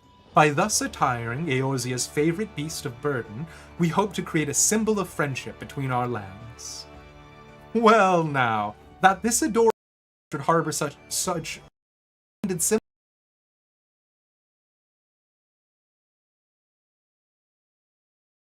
Sir, I invite you to seek us out at the Aft Castle anon. There we will be glad to answer all your questions. Excellent, we shall head there at once. I thought the Resolute Resident saying he aimed to salve himself by looking at adorable creatures was talking about him and the chick that he was just talking with, but yeah.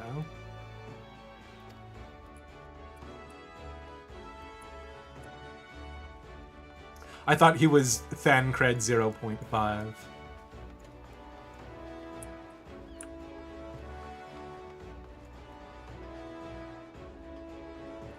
Wait, hold on.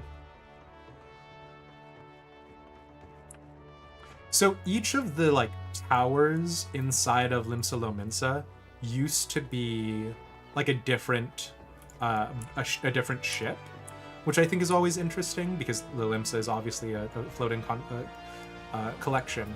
And the Seventh Sage is of course home to Carvalane, who we all know is of course the son and heir of House Durandare, who ran away from Sir Gorgane during the events of the Seventh Umbral Calamity, and is so therefore presumed dead, but is actually the son and lost heir of House Durandare. We hate Carvalane. We love Carvalane. We hate Carvalane. It's complicated. But yeah, he's now the head of a pirate crew.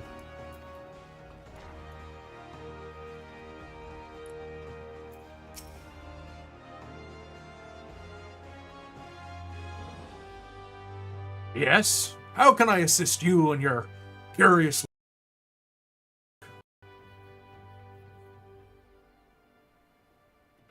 Lord of the Rings lore instead. Oh wait, what Lord of the Rings lore sounds like that, Winter Bunny? Mascot. Little Ryunosuke here is named for the Ryu, dragons of the Far East. Oh, I thought dragons are supposed to be fearsome. This fellow looks anything but. Our costumed companion notwithstanding, the Ryu is in fact a powerful and fearsome beast, yet by the same token, they are fondly regarded as symbols of good fortune. Should you be curious about them, we would be glad to tell you more at the Aft Castle. A being that's regarded with both fear and fondness. Intriguing. Perhaps I'll pay a quick visit to the Aft Castle before returning to work. Oh, House Durandare and a house inside of Lord of the Rings. Fair. Lord of the Rings is one of the ones that I actually somehow missed, but that's just because... That's because I hate elves. Oh, what a relief to see the locals take an interest in the Ryu. I dare say we have gathered enough people, so let us head back to the Aft Castle.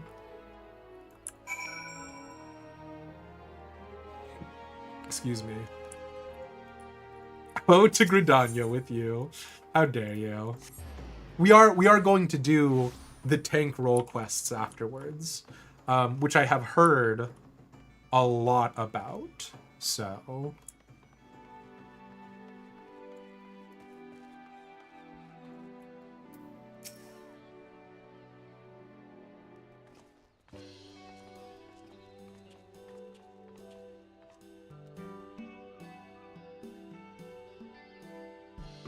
Durandare sounds like Durandal, which is Gandalf's sword. Fun fact about Durandal, I think that's actually a sword from history, right? Is that, Charlemagne's sword, maybe? Or folklore, I guess, technically.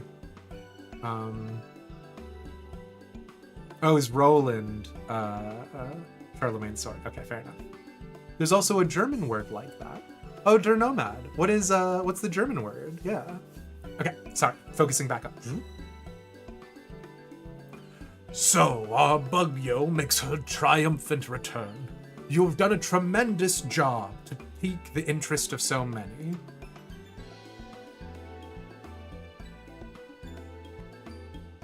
Ah, I see. Of course, the German word, Durandal. Excuse my mispronunciation. I'm not very fluent in German.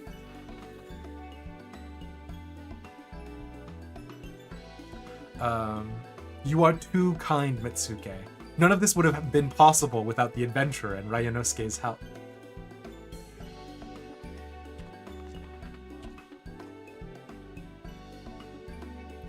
There you are, miss. My papa wanted to meet you, so I brought him. So you're the kindly folks who helped my Sibley. I haven't the words to properly thank you, but I'm truly grateful for what you've done. I'm glad to see my girls smiling again. Sibley's father is doomed on the high seas, and the reason for that is because he's wearing glasses.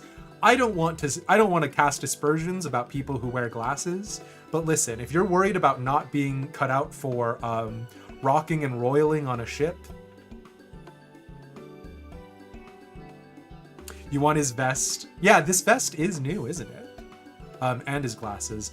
I wonder, they're probably going to be things that are released under Dawn Trail, right?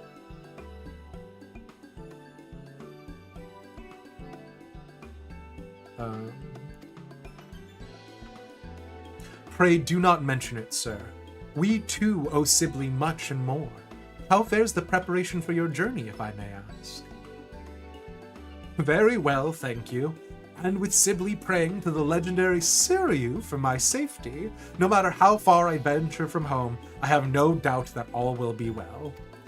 And then Sibley's father dies, and then Sibley grows to hate Siryu, and then becomes a Ryu hunter, and then moves to Hingashi to slay dragons. And so the cycle of the Dragon Song War continues. I shall pray for your safety as well. What little we might do to help you on your way, we gladly do it. Indeed. While sharing the blessing of the divine beasts is a fine thing, naught is more rewarding to our delegation than fostering friendships between our lands.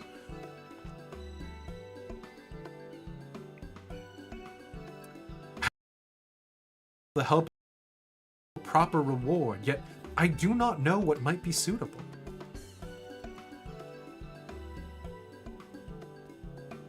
Quare. Ryunosuke, are you saying you wish to accompany our adventurer friend? I believe the little one wishes to be your charm against tumultuous waters, and he would be hard-pressed to choose a better companion. We still have Ryuji to aid us in our work, so if you so wish, Ryunosuke is yours. Aww. Ryunosuke, my little guardian, thank you for everything. May your divine aura keep our friends safe.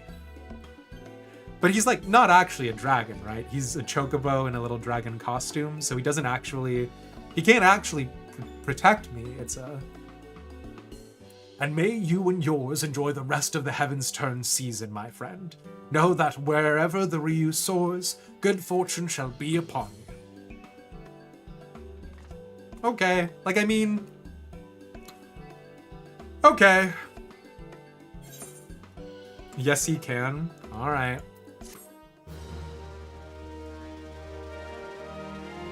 If you insist, Battle Benoy. Should you wish to draw Omikuji, the Omikujishi has returned to offer his services for the remainder of the celebration. 12 extra fortunes. Keep an eye on the adventure section and discover what new journeys might await you. Ishgard. Next time on Dragon Bow. Cute. Bo, can you confirm or deny what happens next time on Dragon Bow? We normally don't bother with minions, but this time.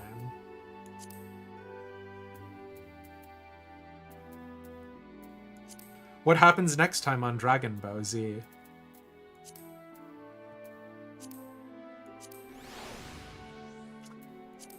Can we get Ryunosuke to get on our shoulders? No. Okay. But we can feed him. And so we will. Okay. Death? Damn. Okay. Greetings, my friend. I deal in Omikuji, traditional Far Eastern fortunes. Would you care to draw one? Drum roll, please.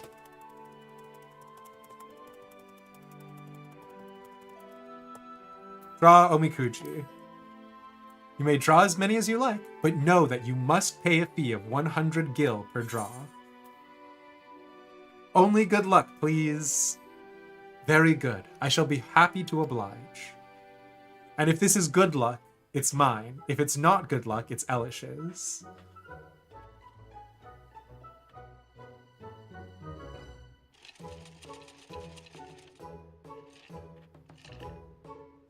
The shaking animation wasn't in last year's. Oh, very true, JR.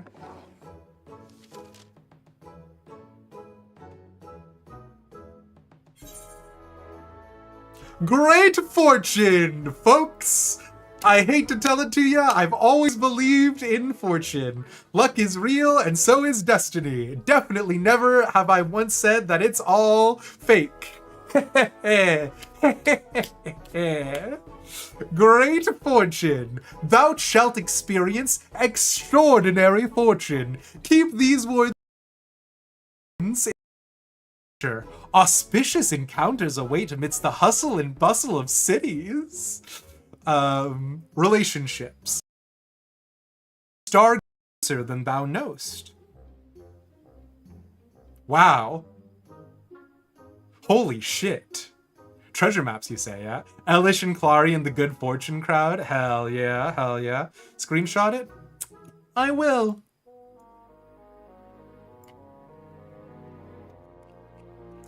A treasure map thou shouldst unfurl. Unto great fortune it shall lead thee. Fun fact about that, I have a treasure map open right now.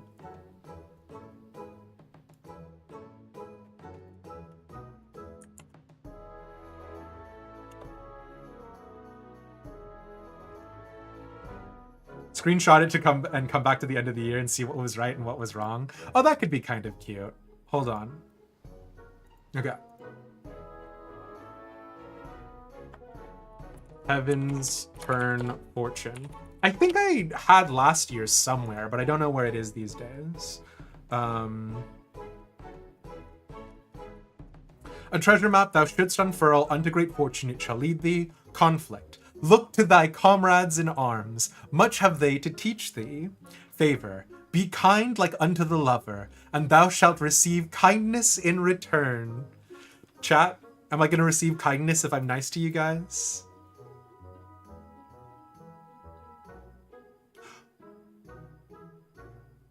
Wait, how do I have a fortune from last year but not the outfit? Do I have? Actually, wait, maybe I do have the...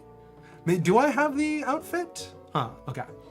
How did you fare? Whether it was the desired result or otherwise, I pray the words imparted by the fortune serve to guide you in the coming days. Hell yeah.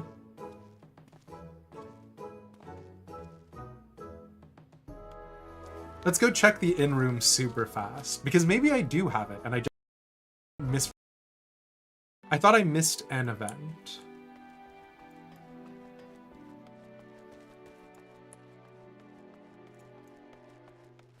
Check the NPCs. Okay.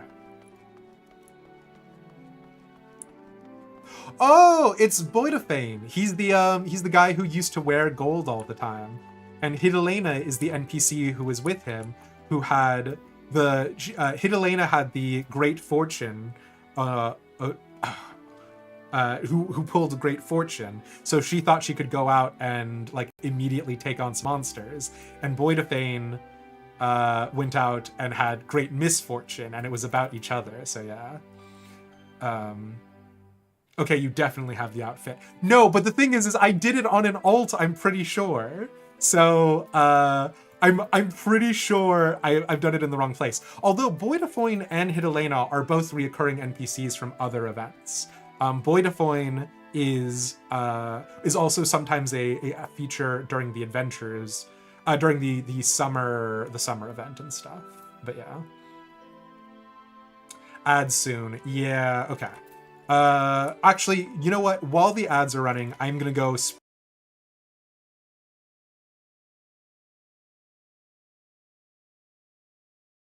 on Ash.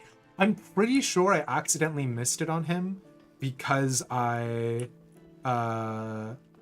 specifically like remember that, but I could be crazy.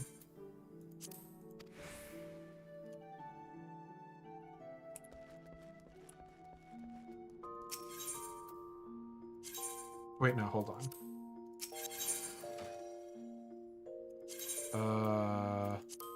Wait, no. That's not what I want. Armoire.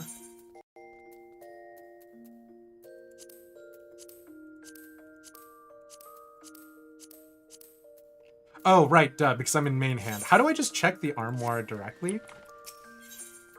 Remove an item. Okay, sure, fine.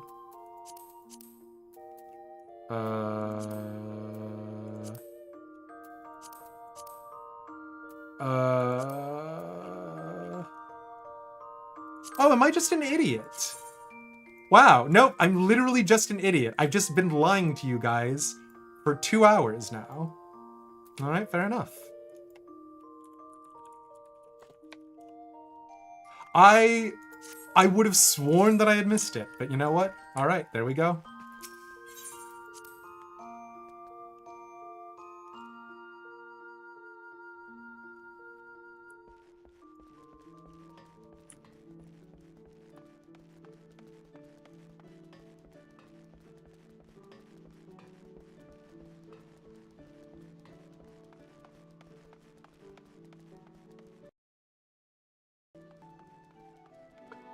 Okay. And while ads are going, we can just go ahead and talk to all of the NPCs. Voidafoin. Let's see, according to this Omikuji, good fortune is upon me. Now, as I recall, there are other minor misfortunes in addition to this one. They should be written here somewhere. Aha, here we are, relationships. Treasure thy closest comrade. A fine fortune, but which comrade does it speak of exactly? I suppose it can't hurt to show them all a little extra appreciation, but... Yeah, Boydafoin is very Amanalane coded. Fair fortune, is it? Well, I'll happily take that over the alternative. But I shudder to think what will happen if I make the same mistakes I did last Heaven's Turn. If I'm to properly understand this fortune, I must thoroughly read each section. Here's one. Relationships. Treasure thy closest comrade. That should be simple enough, but who might this comrade be? Perhaps I should ask Boydefoin for his insight. Who could they be talking about?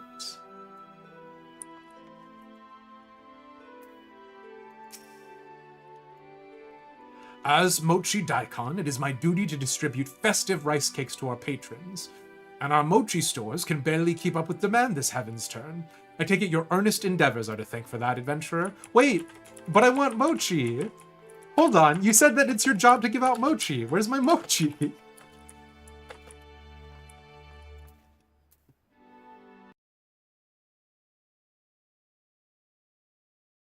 100% accurate? Oh no. Where... Do I have my fortune from last year? Oh my god, I do. Wait, hold on.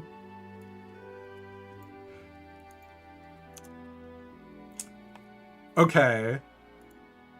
This is truly a nothing sandwich. Why did I take the world's worst screen cap?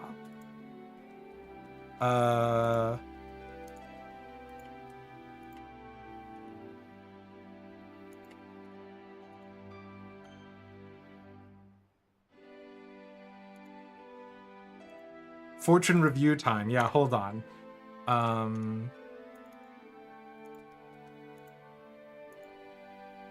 Is it not going to let me grab the photo? Oh, that's crazy. Okay, hold on.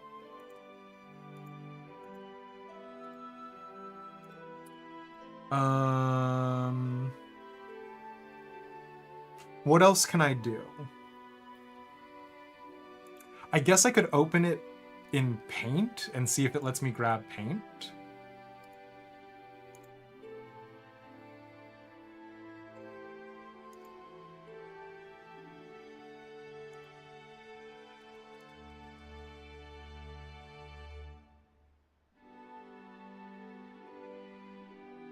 Oh, sure, wait, this one might work. Hold on.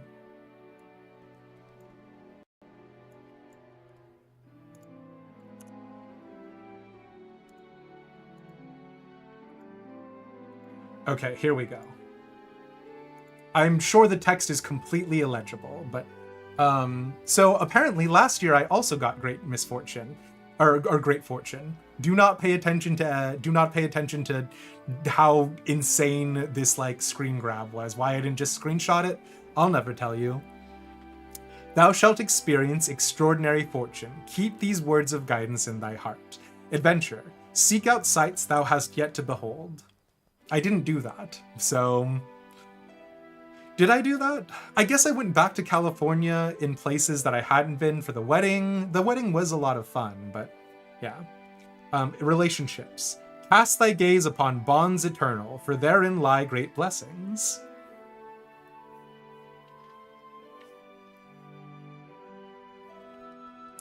Prosperity. A treasure map thou shouldst unfurl. Unto great fortune it shall lead thee. Okay, so that's the same as last year's. I don't know what treasure map they could possibly be talking about, but yeah. Conflict. Beyond repetition lieth truth. Neglect not thy training. Favor. Be decisive like unto the navigator, and serendipitous winds shall guide thee high. I don't know that my fortune from last year was true at all. Man, suddenly I've got bad feelings about my great fortune for this year.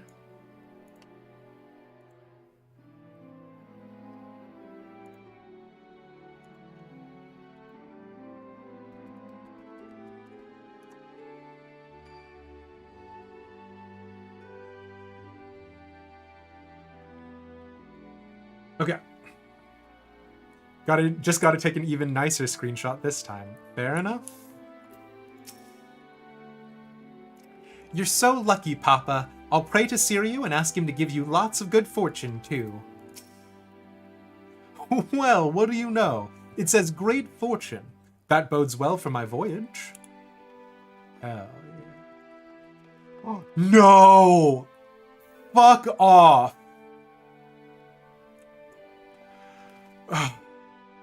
Okay. So for those of you who don't know,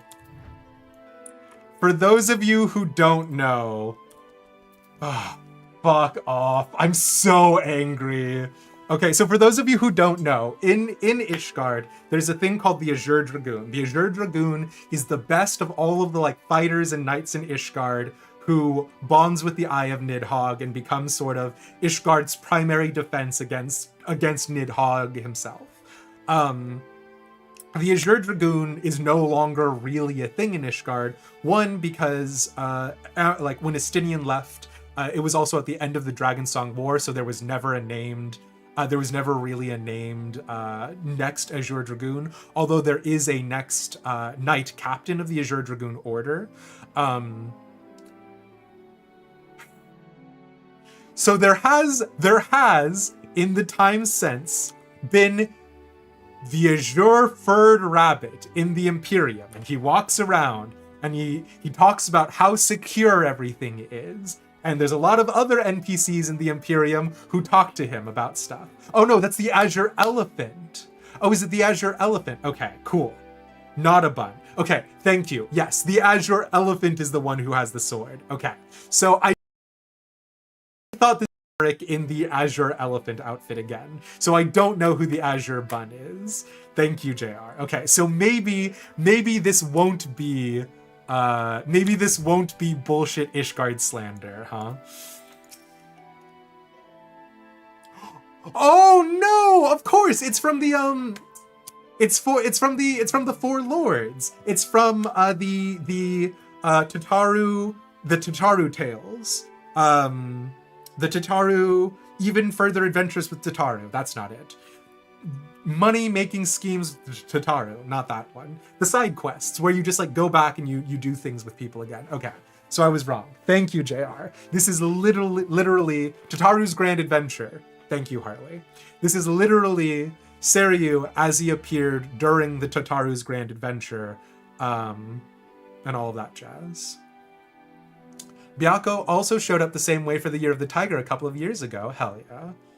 Tataru's Grand Pyramid Scheme. Listen, if the want of money is the root of all evil, you should give all of your money to me, Demeist, so that way I can absorb all of the evils from you guys. Really, I'm doing you a public service. We call this a money detox.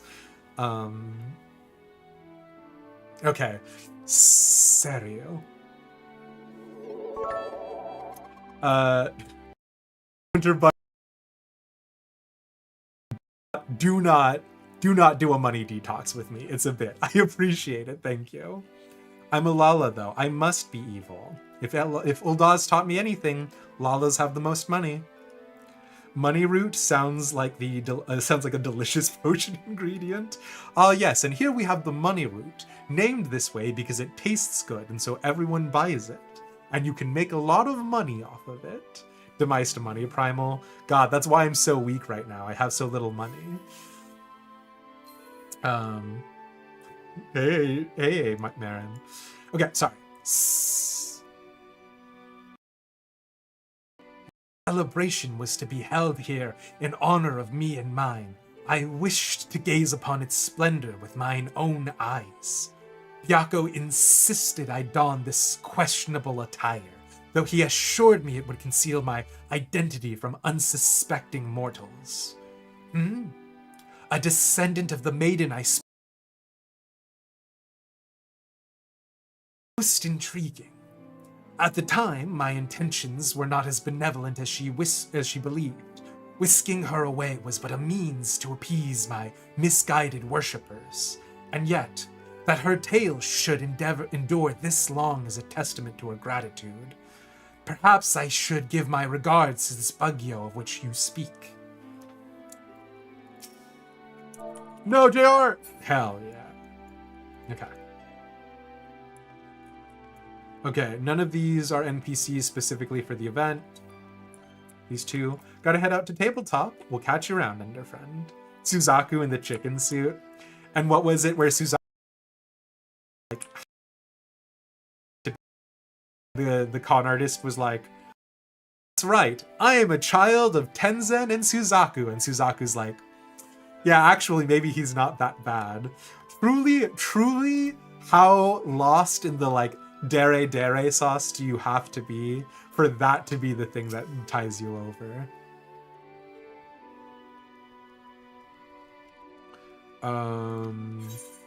You're just generic NPC, so there's not a lot of lore here for you. I think we're done with the holiday event.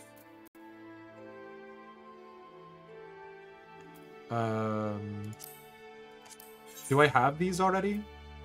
I do have 98 of these magic prisms.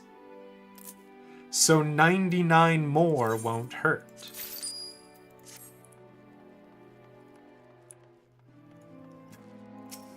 Hey, Name. Okay. I guess let's go back to Gridania and do the tank roll quests, hey?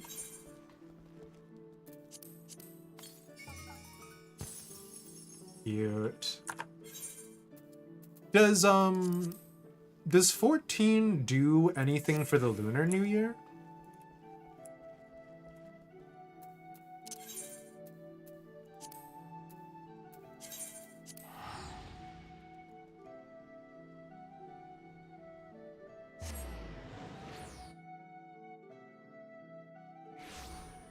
Wait a second. There was a Zephyrin Valhorden by the Aft Castle?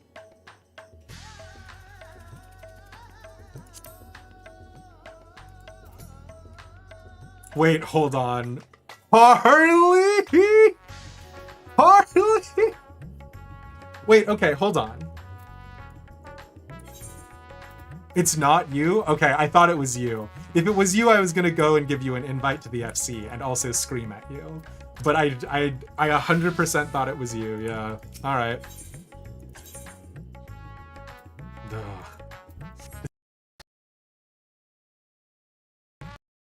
Ugh. Nothing for Lunar New Year. No, this is their thing for the Lunar New Year. Okay.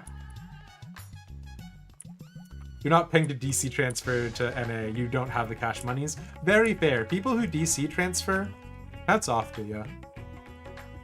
Did we do the Old Dog quest? What? Oh no, Ul'dah and Alamigo is rolled into one. Is that what it is? Okay. All right, Gridania. I'm not looking forward to this. I've heard a lot of things about your MSQ on Twitter. Shrouded in peril. The Gridanian delegate is in urgent need of a stout defender to help combat a new threat to his homeland.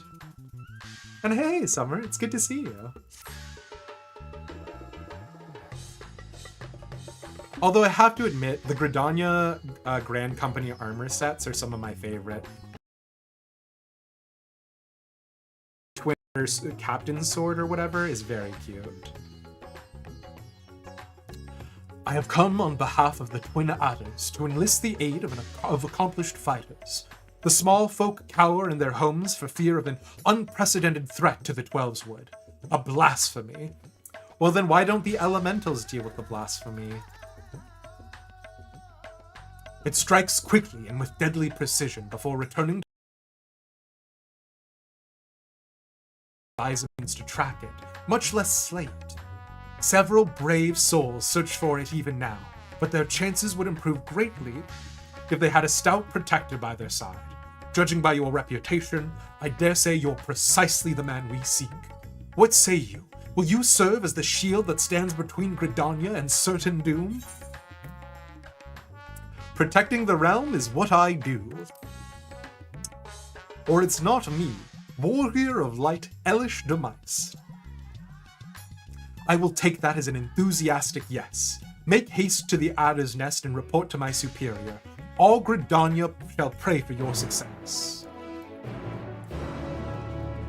I don't know the caster headpiece for Twin Adder Summer. And You don't think YouTube... Oh god. You don't think YouTube appreciates my duo streaming? What's wrong with the YouTube one? Also, I did miss your message on there, 1NFK. Thank you so much for popping in there. It's the leaf crown you wear on your green glam. Oh, gotcha. Very buffery? Oh no, really? Hold on, let me check something then.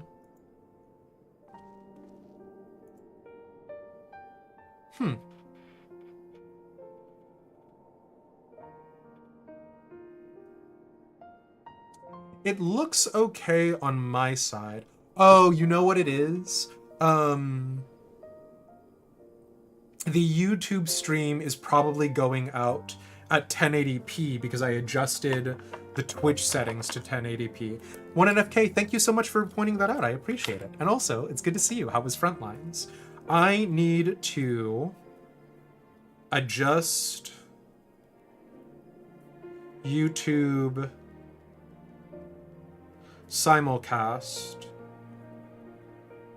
back down to 720p because I'm not even at 500 subscribers on YouTube, so they won't let me. The 500 subscriber mark on YouTube is Twitch's affiliate mark, so they won't let me stream at 1080p over there. The max quality is because the max quality is 720 p60 for you. YouTube is doing the downscaling on their side. If I do the downscaling on my side, theoretically it could be a little bit less buffery. Theoretically. Again, who knows what's actually going on, but yeah. Not really the place for this, I know, but any idea why your Twitch studio saved layouts just deleted themselves? I don't remember because it's been a while since the last time that I've used Twitch Studio, but it's my understanding that there are like different profiles and things like that, Battle Benoy. So make sure you're on the same profile that you used the last time. And don't worry about it, 1NFK. I'd rather know than not know.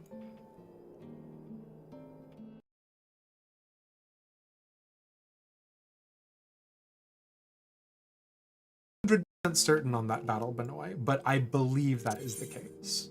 Also, when you've saved your Twitch Studio layouts, I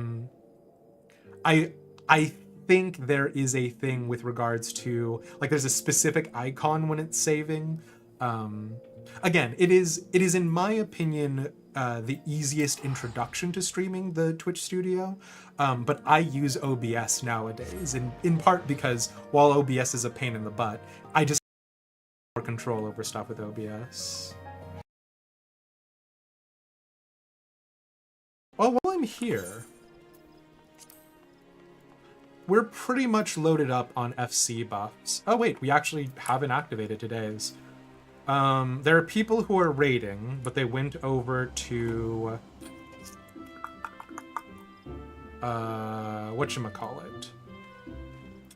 Another data center. I guess I'll just use raid buffs because there's nobody here to tell me otherwise. And then, yeah, we'll go ahead and pick up a couple more. I chose Gridania as the grand company that Sky Hall was affiliated with because Gridania and Ishgard have a lot of shared history, right? So, okay. I need to get on the Aether Wheel stuff at some point in time. Okay, so I need another proper care before anything else. And then we're doing Meat and Mead, proper care. Do we need any of the fun ones? We've got Brave New World. Oh, people were crafting and gathering, right?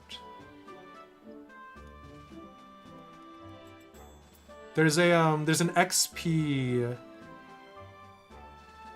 XP through gathering, and then there's an XP for crafting. Okay, cool. Oh, dang it. Well, all right. You've never seen the Brave New World buff in your life? So I use the Brave New World buff mainly when people are trying. The idea was to do it when people were leveling their alts, because there's a lot of people with alts in the FC. Increase the attributes of all Discipline of Magic and War members under the level of 49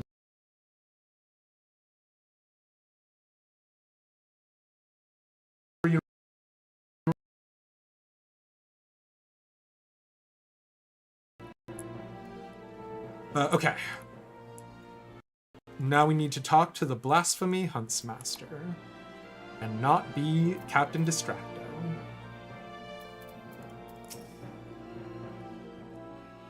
Our liaison at Radzat Han sent word of your arrival, but I can still scarcely believe our luck. Are you truly here to help us bring this wicked blasphemy to heel? Then there is hope for us in the hunt, and I'm certain she'll be most eager to see you. Okay, actually, so to go back to something that we were talking about earlier, we were briefly talking about why don't the elementals deal with the blasphemy themselves. It is my opinion that Gridania was basically Hingashi 0.5, right? The elementals are supposed to be kami. The reverence that the Gridanians give to the elementals is supposed to be a lot of Shintoism. And so even though I am a shitlord and I'm like, why don't the elementals take care of the blasphemy? The actual reason why is that the elementals are not a scalpel, right? The problem is that the elementals are an all or nothing kind of thing. Much like in Japanese folklore with the kami, right? There's a lot of times where there's where, like, for example, the Mongolian invasion or the Chinese invasion of Japan under oh god, dynasty was that? What was the Mongolian dynasty in China? Anyways, there were numerous times that there were invasions of Japan where the entire armada was sunk before they even landed due to the fact that there were a lot of hurricanes that were occurring in the area, or typhoons. And so there's a lot of Japanese folklore about the gods of the wind and the gods of the earth because of earthquakes, like Japan has suffered very recently. Historically, they suffered a lot of earthquakes as well. So there's a lot of things about the kamis being these sort of vengeful, writ large factors. That's probably why the elementals of Gridania sort of punish everyone or no one. I'm still not stoked about Gridania, right? Like, I think Gridania has a lot of excuses to sort of justify some of their behavior with regards to fear of the elementals and stuff, but like, I don't think they've done enough work with the Seed Seers or the whatchamacallem, with the Seed Seers or the other Pajals to really sort of justify this behavior, right? Because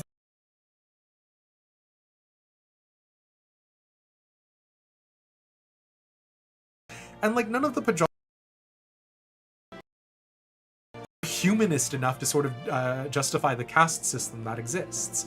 Interestingly enough, there are also hearers. Hearers are the conjurers who work for Gridania and are responsible for listening to what the elementals are saying. And like, I think the hearers are also a load of crock, right? Like, because they can't talk with the elementals, they can just hear what the elementals are saying. Like, what is your function in society? Why do you matter? So yeah.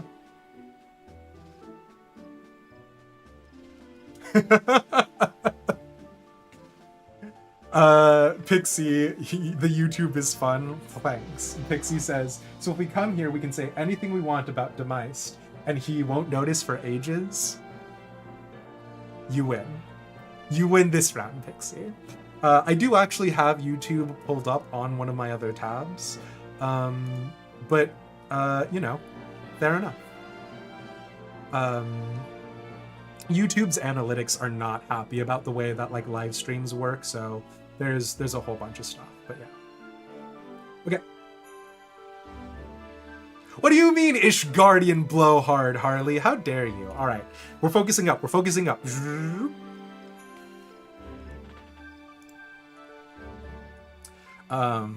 Then there's hope for us yet. I'll go fetch Kanisada. Like, I like Gridania.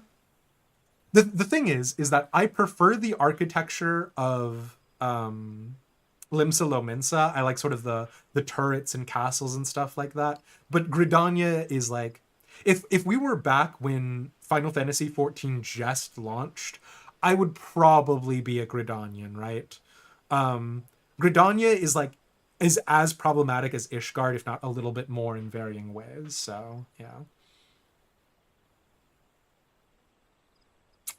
When it is working fine, it's coming out simultaneously with the Twitch, but it occasionally goes weird.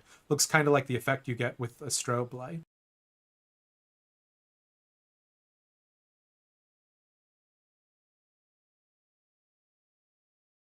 Me uploading 1080p to YouTube and YouTube downscaling it. So I'll go ahead and look at that for next time, but thank you guys, yeah. All right, Dernomad. Indeed, Limsa Lominsa is the best. As a row, I can confirm. I'm watching you, Dernomad. You would definitely be an Leaf lover. You hate elves already. Yeah, right? And like, also, the fact that the Pajal are supposed to be Hures with horns, right? There's a whole bunch of stuff. Randoms in Limsa are funny. Yeah, Limsa Lominsa in Aether is what Quicksands is in Crystal. Kind of. There's no Quicksands in Balmung anywhere else in the world. There's just the Quicksands in Balmung, but, you know. Okay.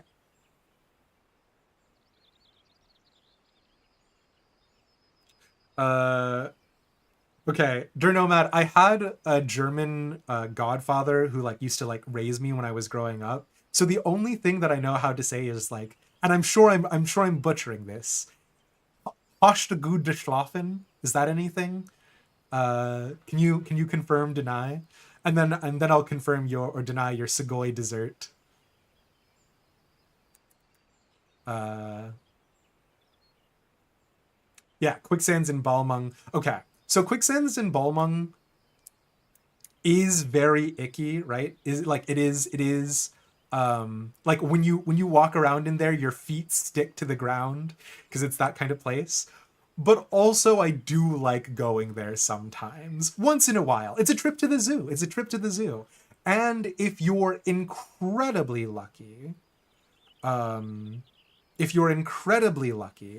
you can sometimes find good RP there.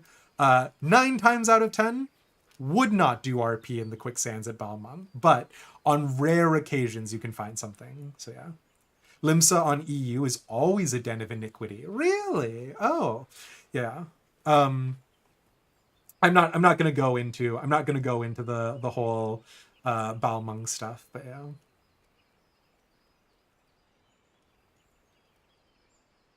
I don't like sand. It's coarse and rough and it gets everywhere. Okay.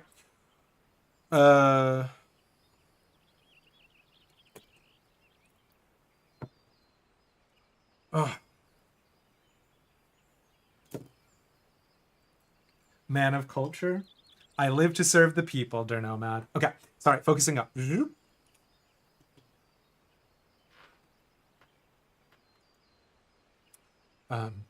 Full glad am I to welcome you in good health and good spirits, Elish. On behalf of all Gridania, allow me to thank you for rising to our defense yet again. You will forgive me for eschewing further formalities, as time is of the essence. I shall share with you what little we know of this elusive scourge. Like, I want to like Kani-sana, right? Like, sort of divinely appointed, white magic, like, traditional adherent. Like, there's a bunch of stuff in her design that's basically the Archbishop of Ishgard 0.5, right? But, like, there's just nothing there. Like, listen, I joke that I love a vapid little thing, but, like, there's nothing going on behind Kani-sana's glassy eyes. Following the events in Thavnir, we received a report that an unidentified man had fallen into fits on the road before transforming into a beast most foul, a blasphemy we soon determined.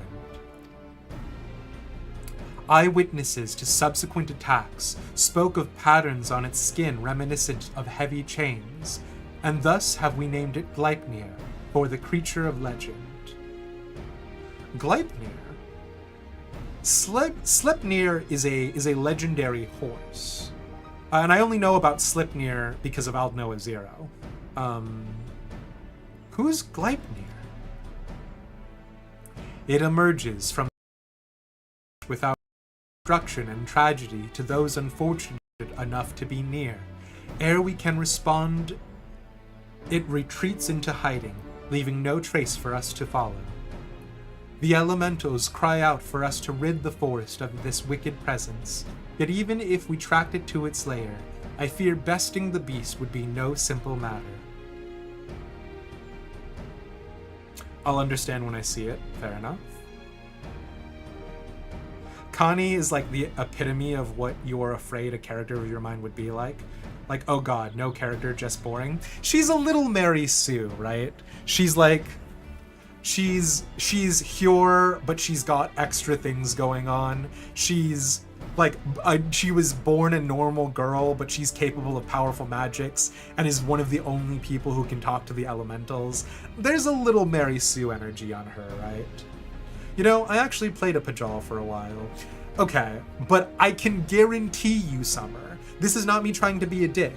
I can guarantee that your character design of your Pajal is more than Kani-sana's. And there are other Pajals who are good, right? Like, Runi Senna? Is that the kid? The kid has undergone a bunch of character development. His like twin sister, the Pajal who's in charge of the Conjurers Guild. There are a bunch of Pajals with character development. The Pajal who's in charge of the investigation into the Gelmoran ruins, the deep dungeon of Palace of the Dead. Kani-sana is the only one who has had no character growth since A Realm Reborn. He's kind of a wasted good idea, exactly.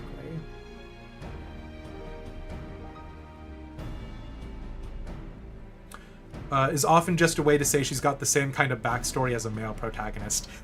But honestly, Pixie, there's a lot of male characters in here that are more or less Kani-sana, right? That I don't even bother to talk about how infuriating they are.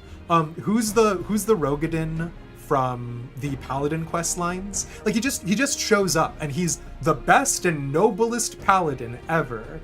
And what was the other stuff that ended up happening? Once he saw the light, the sword Oathkeeper's glow, and he's been so entranced that he's always been trying to get back to it.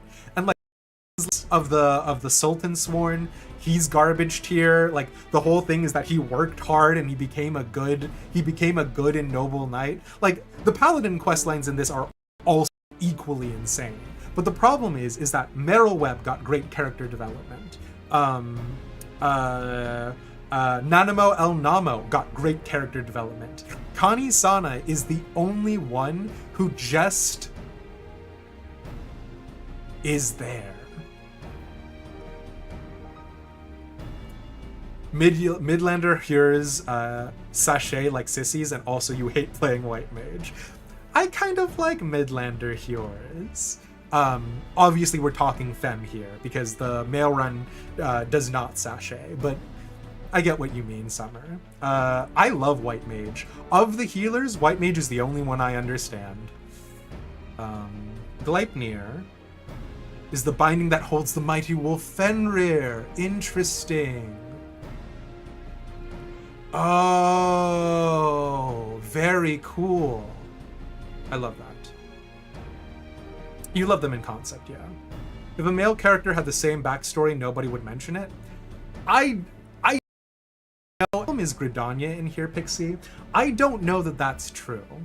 In Gridania, if you gave me a male Pajal occupying Kani-sana's exact same position, I think we would be just as unhappy with her. Or are you talking specifically about the concept of Mary Sue? Yeah. We do not speak of the Paladin job quests. They're so bad. The Gladiator job quests do more protecting of the common people. The Warrior questline, the Marauder questline, those do more protecting of the common people than the Paladin quests. I was so pissed at the Paladin questline. Anyways. Merylweb is the best with Japanese voice acting, 15 out of 10. I actually haven't heard Japanese Merylweb. Yeah, I'll have to check her out. Soixagul! Thank you, Summer, yeah. Oh, man. Oh, you were talking about the concept of Mary Sue's. Got you, Pixie. Thank you. I don't. Is there a better term to refer to a Mary Sue then? Paladins are cops and bastards. I mean, yes. ACAB, right? All cops are paladins. Oh. Warrior job quests are amazing. Dorgono is the best. Dorgono is very good. Yeah. It's fine. No one plays Paladin anyways. Why a fucking joke to you, Winter? Okay. Let's focus up.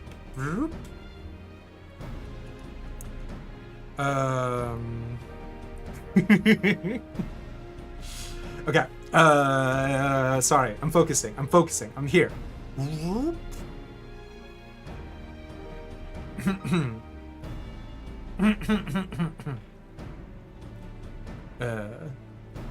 Should I give the Keeper of the Entwined Serpents a bad French accent?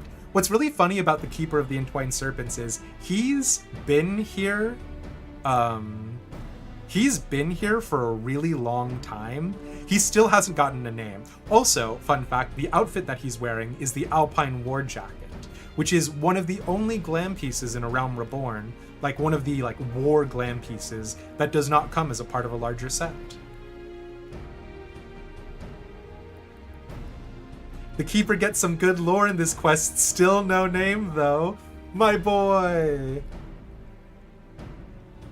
Hanami, Jujutsu Kaisen, Bayonetta from Bayonetta, Trish and Eva from Devil May Cry 5. Very fair, yeah.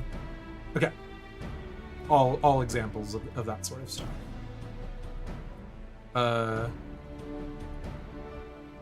Well, I mean, if he's gonna be a reoccurring character, I have to give him something noteworthy. The wounds of... Nope, that's not it.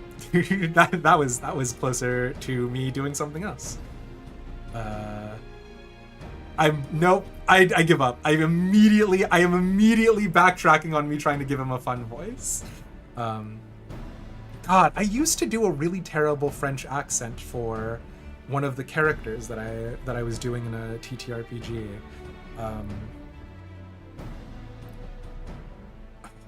God. Metiel Wainwright is what I called him, which is not a French name at all.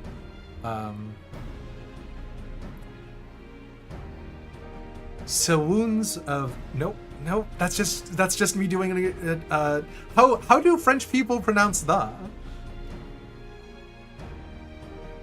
No, Harley, wait. Okay, hold on. Come on.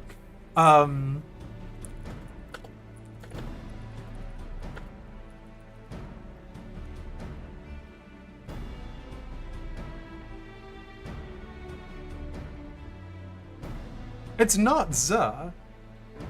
Is it? God, did I write notes on Ametiel's character sheet about how to do it? God, it's been so long. Oh look, there's a bird. Emmett's bird. Don't you get me started on Emmett Selk.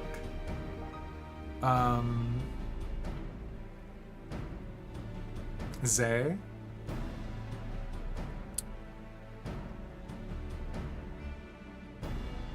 This is how you say, it has been a long time.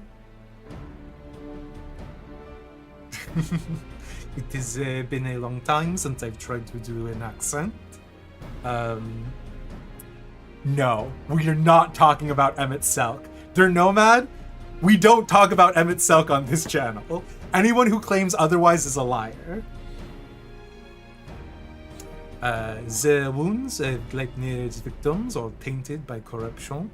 We can but conclude that the fiend's fangs, horns, and claws are all imbued with a powerful poison. The smallest scratch sends the afflicted into fits, and death soon follows. This is gonna suck. I should not have done this to myself. Oh, shit. Mayhap you know of the creeping death. The effects of Gleipnir's vile poison bears more than a passing similarity to the symptoms of the deadly plague.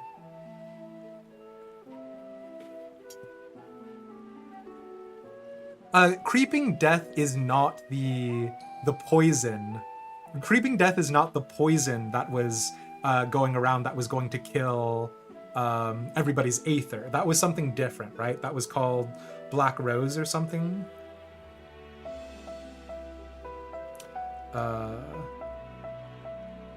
You veto this accent? I've got bad news, Harley. I've already committed.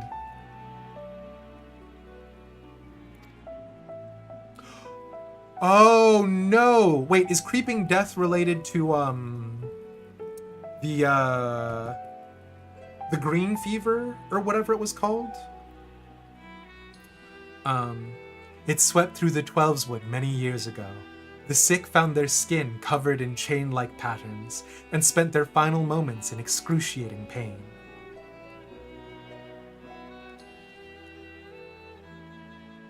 'Twas long before I came to Britannia, but people still speak of it with dread. Is it true that the disease spared not a single Hyur? It only killed Hyurs?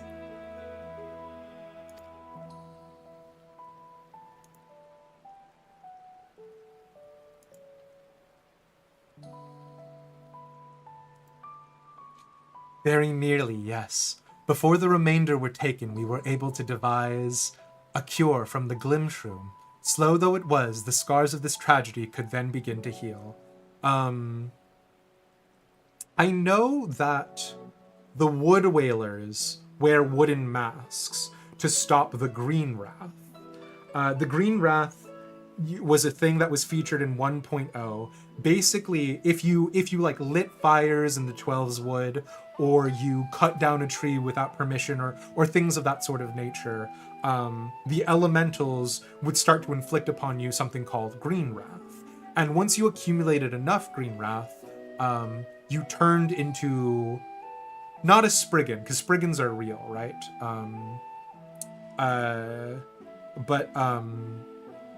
Or are Spriggans not real in this one? Am I thinking, who are the little fly guys from A Realm Reborn, the Beast Tribe? But you turned into like a little wooden boy, and then you were effectively an executor of the Twelveswood will, because like the elementals could control you and stuff. Sylphs are what I'm thinking of. So maybe they were called Spriggans. So the Green Wrath was a thing that it's the reason why Wood Whalers and so many others wear these big wooden masks. JR is confirming, however, that Creeping Death isn't related to the Green Wrath. So, okay. I'll throw all of that archaic lore out of my mind. Listen. Y'all can enjoy as many villains as you want. Just because Emmett Selk operates with panache does not mean I forgive him for his horseshit involving the literal genocide of Garleans. And we're done. We're moving on. I'm just saying, I hate him. Anyways, okay.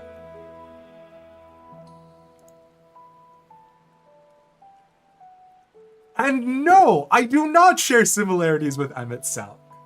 And there is no cosplay Emmett Selk stream that exists. Okay, sorry, I'm focused, I promise. Okay. Thankfully, Emmett Selk is dead, and I'll never have to deal with him ever again.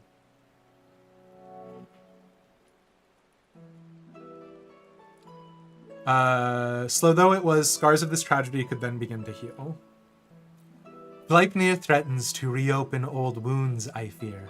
Yet despite the similarities between the blasphemy's corruption and the creeping death's marks, it is unclear how these two phenomenon are related, if at all.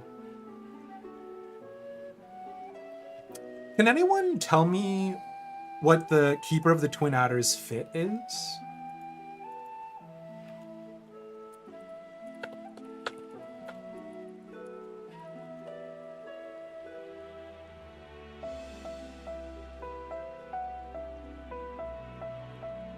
Because I know his jacket is the Alpine War jacket. But I don't know what. Oh, his gloves are the toad leather gloves dyed probably. What are his leggings? Are they the same then? Okay. I could probably put this together in a pinch. You DM'd it to me? Thank you, JR. Okay, sorry. Focusing back up.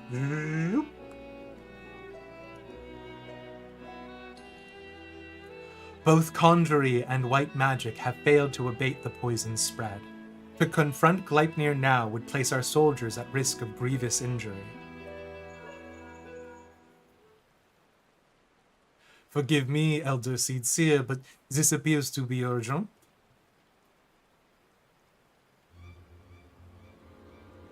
What? Again?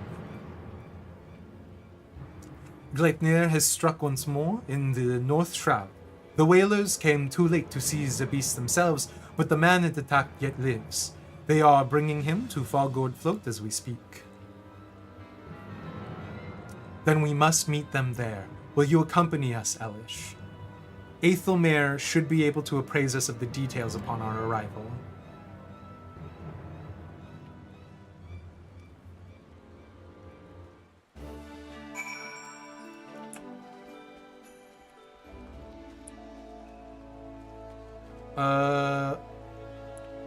I'm not entirely sure what you're referencing. But fair enough. Okay, North Shroud.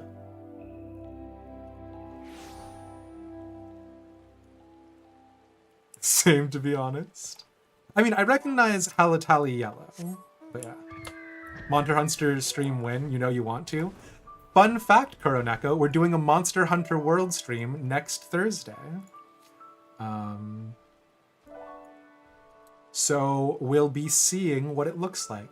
We're gonna be doing a little bit of Monster Hunter for sure.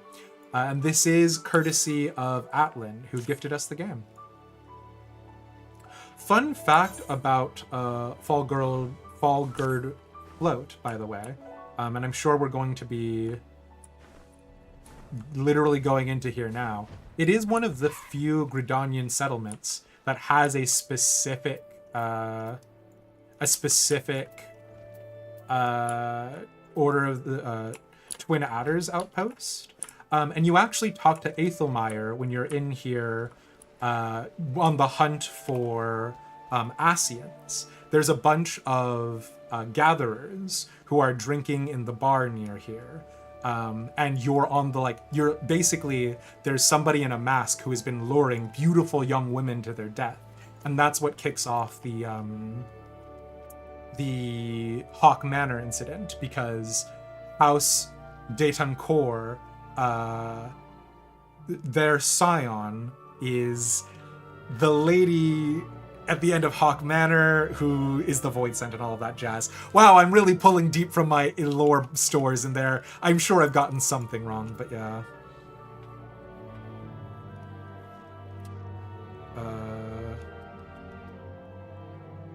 Viera and Hrothgar pretty much got forgotten lore-wise. Their homes are only in special zones or in the first. There are really no refugees who should be in Kugane or Radzat Han. Yeah, I get what you mean, Summer.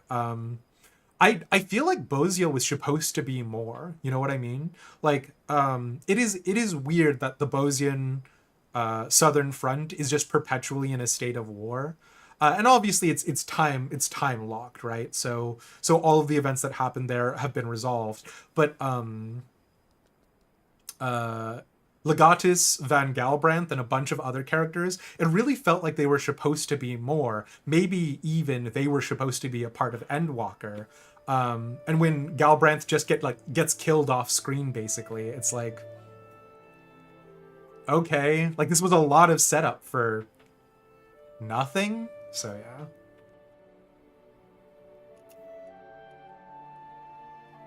Yeah, very little lore stuff for Viera in the source, for sure. Fond memories of North Shroud. North Shroud is also where Hurstmill is. Hurstmill is one of my favorite little settlements in game. Actually, you know what? We're gonna take a side detour. Sorry, Kani-sana. We love you, but we don't love you that much. So I really love Hurstmill. I actually like a lot of the lore building of Gridania, right? Like, all of the spires are these like standout towers that are supposed to be both assistants for like dealing with poachers and invading armies, because Gridania had to deal with the Alamigo invasions, and then also obviously, right, their wooden structures in the spirit of Gridania. Yeah, it's canon that Bozio's done, yeah.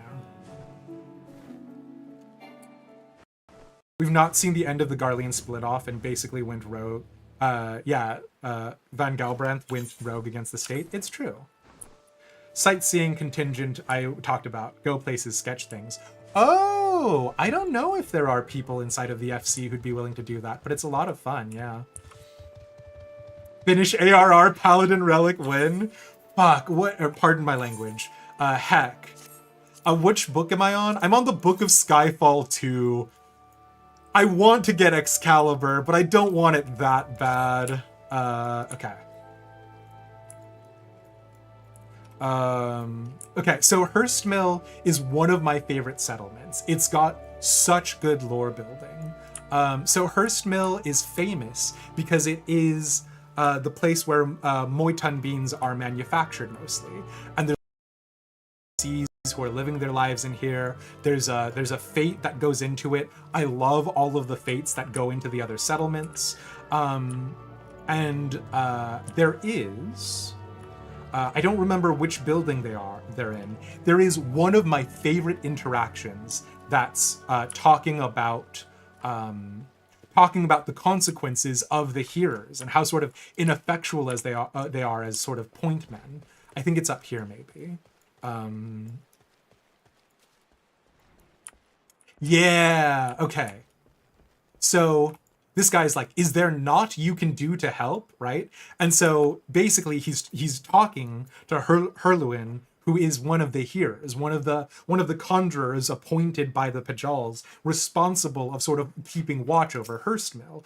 And Herluin says, though we may soothe the suffering of our people, there is little we can do to dispel their fears. When opposites collide, it's nature's way that the greater force prevails. Lend us your strength, adventurer, that we might overcome our enemies. And so the problem is that when they're talking about opposites colliding, they're not talking about the Garlean Empire and civilization. Gridania is literally perpetually in a state of conflict with the Twelves Wood.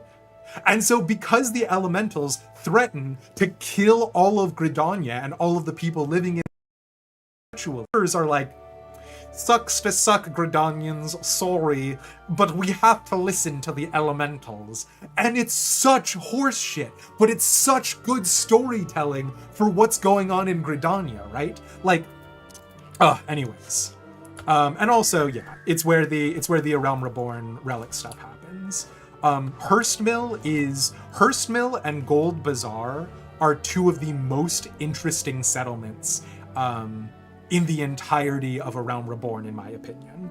Obviously, Camp Dragonhead, White Brim Font are delightful, but that's Ishgard stuff, so you get it. Oh man, I should have run an ad break during that time, huh? Because that was a real side tangent. Okay, I'm gonna do a quick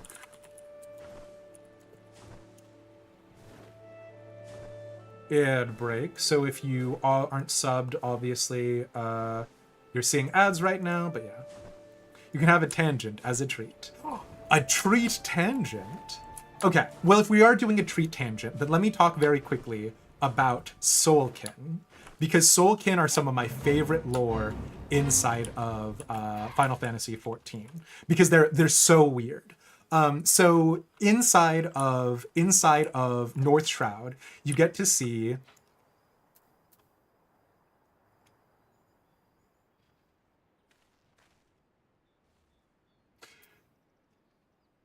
Dernomat! Inside of the North Shroud are two of my favorite examples of Soulkin. So for those of you who don't know, I'm not even touching it, Dernomad. Inside of North Shroud, there are Soulkin. And so Rymdale is a hunter scholar who existed in fairly recent, but technically in a long past. So Rymdale ran around and he classified a bunch of different characters in what's referred to as the Rymdale Codices, right? So there's Vilekin for the Banes. There's I don't remember what the balloons are. I think Void Scent. Ashkin are undead, so if you're a skeleton that's been reanimated, or if you are a ghost of some sort, you're an Ashkin. But yeah, so those are all aspects that are exist and, in my opinion, interesting.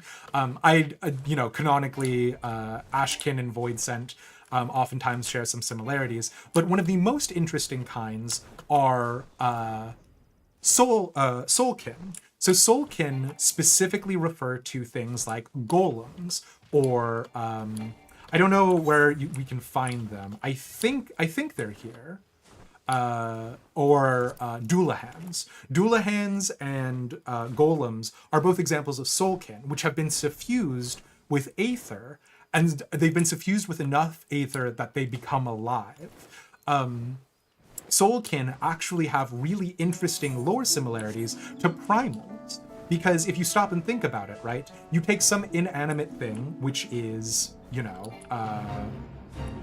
God, no, they're not here. Okay. You take some inanimate thing like rocks or a suit of armor, and you can basically infuse them with life. Now, before we get to Endwalker, which clarifies the different types of aether, like corporeal aether and soul aether then being or incorporeal aether, and incorporeal aether then being broken up into soul aether and memory aether.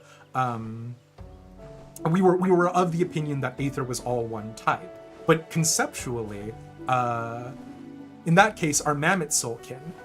Interestingly enough, Summer, mammoths are not classified as Soulkin.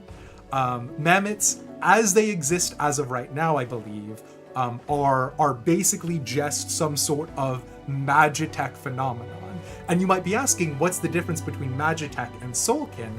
The difference is that Magitech is normally, in some way, shape, or form, powered by ceruleum, right? So the Garland Ironworks, the Skysteel Manufactory, because they're working with ceruleum and not pure aether, right? That's the difference between Magitech creations and Soulkin. But it's my opinion that mammoths should be considered as Soulkin. The main difference between Soulkin and mammoths, though, is Soulkin can happen spontaneously. Sprites oftentimes will manifest just if there is an imbalance of aether in an area. And golems will sometimes just appear with no rhyme or reason, right? Whereas mammoths are constructed.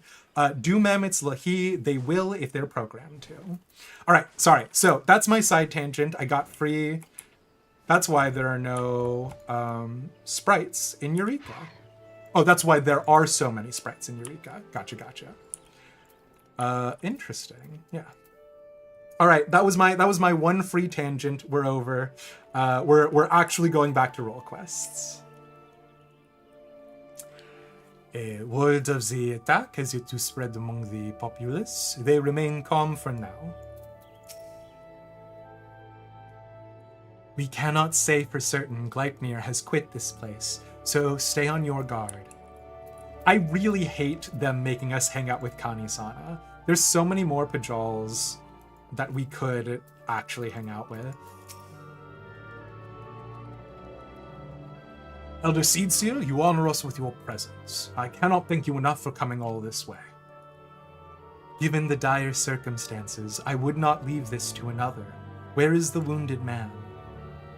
Outside of the bobbing cork, being attended to by one of our healers. He's a capable healer, but I worry this is beyond his abilities.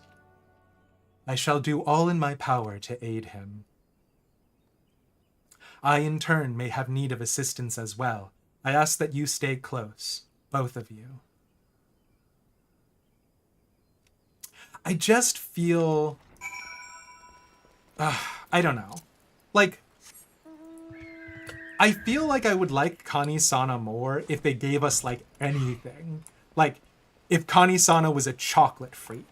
Or if Kani-sana, like, just had another dimension to her personality. Like, the thing is that Kani-sana is formal, is very, like sort of bidden to a code of conduct. All things that I like, but she just lacks a little oomph, you know what I'm saying?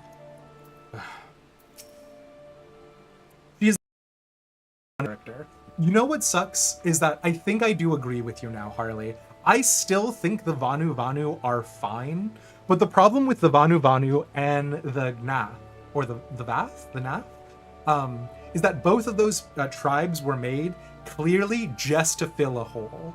Like, the Nath being sort of the fleas that live on the back of the dragons is kind of an interesting concept, right? That the dragons go out and they kill something, and then the Nath go out and, like, scavenge the corpses or whatever, so they're living a symbiotic relationship with dragons.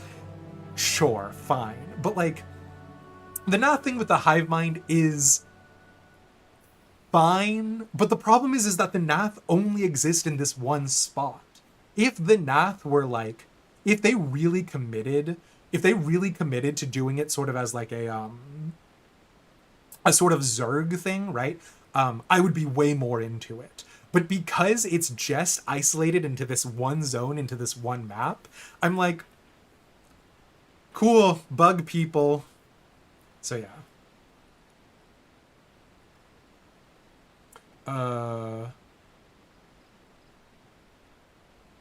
Connie in Heaven's Ward, when she decided to go on the adventure to meet Moogles, it was good. My biggest problem with the Moogle adventure thing was that it happened basically concurrent with us being declared traitors by the Crystal Braves and by the city-state of Ul'dah. And so Kani-sana being like, I'm not really going to do anything to help you, bestie, with regards to the whole Teleji Eteleji thing. I'll come with you to see some big Moogles in the sky. Really made me unhappy.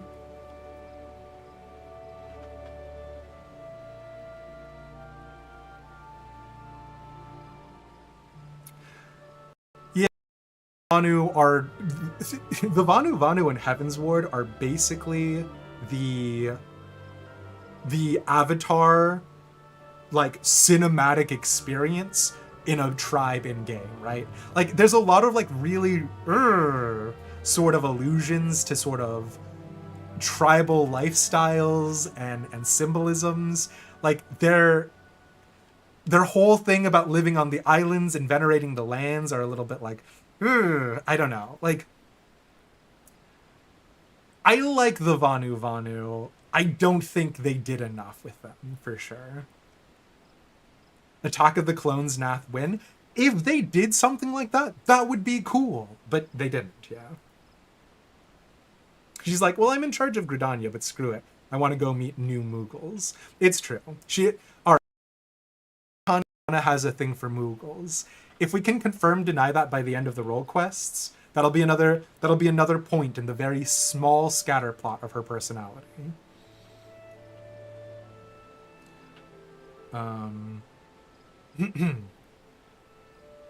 That he survived his encounter with Gleipnir speaks to his fortitude. I know he is saved, but we can at least delay his suffering. But if we can at least delay his suffering, we must. Else... Aww. Well, thank you for the little dote treat. That was a smooth dote stein. Where the heck even is that sky?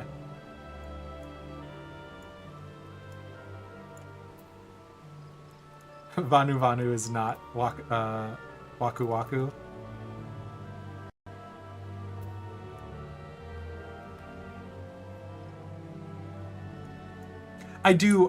I will say I dislike Moogles and I dislike Chocobos. I'm sorry, real Final Fantasy fans. Also, I am unhappy that the Fallgird Hearer is not a named NPC. Because, like, again, they're supposed to ostensibly be the one in charge of the settlement, right? Yeah.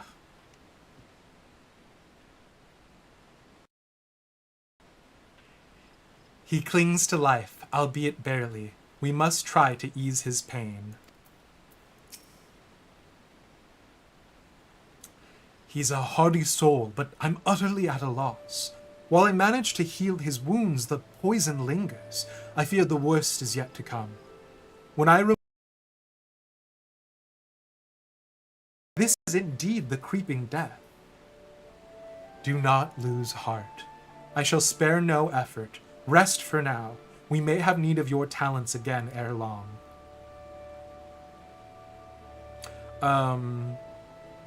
Yeah, also fun fact, all of the hearers are again conjurers because there are no white mages that are allowed after the war between Amdapor and Maki.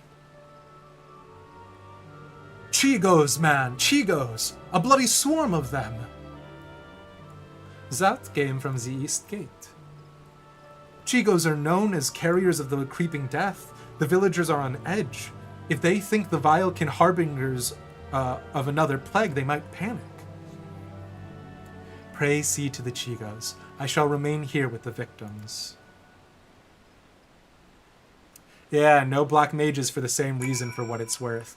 In the Stormblood cutscene, where there's the siege on Alamigo proper, a bunch of countries contribute what they have, right? And so Ul'dah contributes thaumaturges. Ishgard contributes dragon killer lances because Ishgard is also the city of gun. I forgot, what did Gridani contribute? It wasn't literally archers, was it?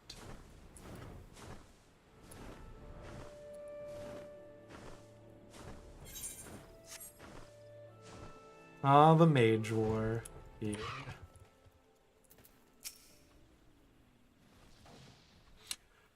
I think this wide-eyed fellow is the source of the earlier yelling. Do you see any Chigos nearby? Also, fun fact, these guards who are leveled here, sometimes a mob will spawn too close to the city, and then the guards will go and attack them, which, like, I love. And also, you can talk to the guards in A Realm Reborn. In, like, no other setting after, I think, Heaven's Ward, are there, like, leveled guards here that do that or that you can talk to. But I love this little bit of, like, world building. Like, it's nothing, right? Like, it's not contributive or beneficial towards the, like, standard game player's experience, but I love that you can talk to them, right? Like, that they have some sort of life, and that, like, the fact that they have a level doesn't preclude them from being a real character. There's an FC on Siren called level ? Which is because the old instance duties in A Realm Reborn used to have named characters show up as level ? And I thought that FC was so cool. But yeah. Anyways, level ? Is on every DCN world. Is that true? Holy schmoly. But yeah, the Gridanians sent thoughts and prayers, probably. You're not wrong. Oh my god! Borlint is normally here. Like, this guy is a character who stands at this gate. He normally has different dialogue. Chigos? Where? Keep them away from me. Borlint, aren't you an Elysian? Why would you be worried about creeping death? I used to be an adventurer like you, but then I took a Lala in the knee. Have you heard of Nick Apadis? kneecapped. Can't believe I got that wrong the first time, Dear Nomad. Yeah, okay. Panicky Man. You can get his shirt, which is a Glade tunic, from the Gold Saucer. They were near Alder Springs, a whole swarm of them, like an army getting ready for war. Bringing the creeping death, like as not. Folks have been dropping dead with no rhyme or reason, and I'm not about to join 'em, no sir. Came running back fast as my legs could carry me. Were you bitten? I'll show you to a hearer if so. Not a single hole that doesn't belong, you can be sure. You'd best do something about that swarm, though. Would that we could, but keeping the gate manned is our priority, and we have not the numbers to spare for a hunting party. By the time whaler reinforcements arrive, it may be too late. We'll deal with the Chigos, the one who call the greater numbers, the others. Is a flagon of ale, aye? Oh, yeah. I commend your bravery. Godspeed and don't get bitten. This is what I'm talking about. This is what I'm talking about the settlement fates. In A Realm Reborn, there were fates where the settlements you were nearby were getting attacked. And so if you decided to join them on the fate, you would be basically protecting a settlement. A band of Ixali raiders were attacking a wood whaler caravans carrying supplies to outlying camps, drive back the beastmen while ensuring they do not make off with any plunder. And the guild issue supplies here are actually not referring to the wood whalers, but referring to the Adventurers Guild. But obviously these fates have not like aged super well. But yeah, Final Fantasy 14 Minuteman fantasy for sure. I mean, that's what the Adventurers Guild used to be, right?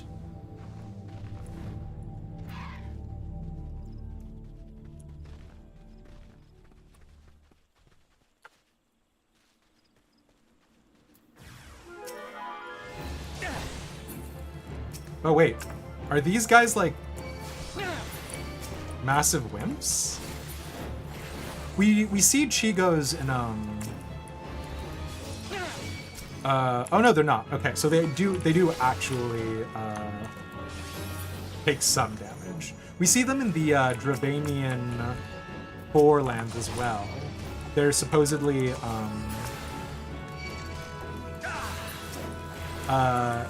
like they attack the wild chocobos who live there. They're supposed to be, you know, like fleas and mosquitoes and that sort of thing. Have you heard about the Lala Cafe on Zalira? They had to close. Apparently they were short-staffed at the time, but they're nomad, get out.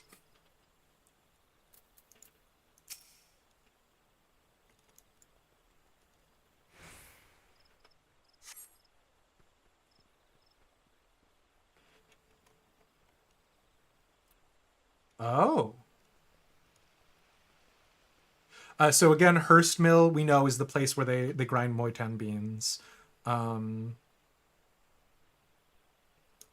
12 be praised. And you! I've come bearing a cure for the creeping death, but it's of little use against actual death.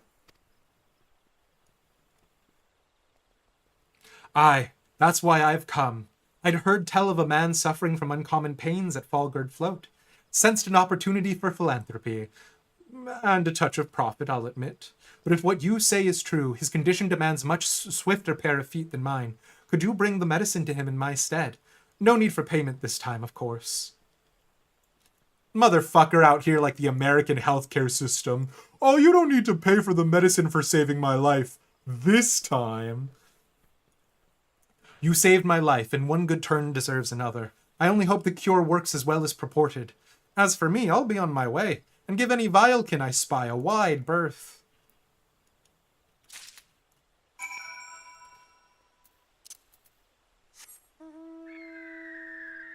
Fate's remnants from the 1.0 events where you needed to defend the settlements. You forgot exactly what they were called. They have a bunch of really cool titles in them, Clary.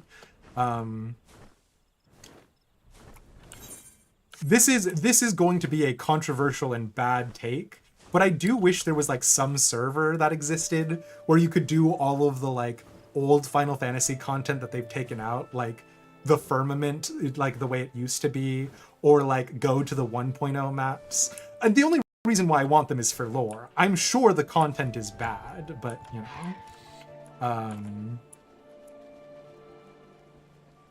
I'm saying Gridania held Belsar's wall against Garleans for a long time. Wall, technically true, Summer. Technically, let me see if I can find it. Because it's not Elat's Spire. It's somewhere else.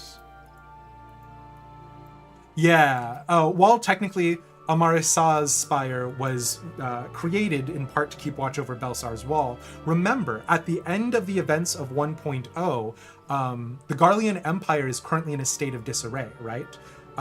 Or not a state of disarray, but Van Belsar choosing to stay in Eorzea is against Emperor Solus's directives. Gaius Van Belsar refuses orders to withdraw and stays in Eorzea.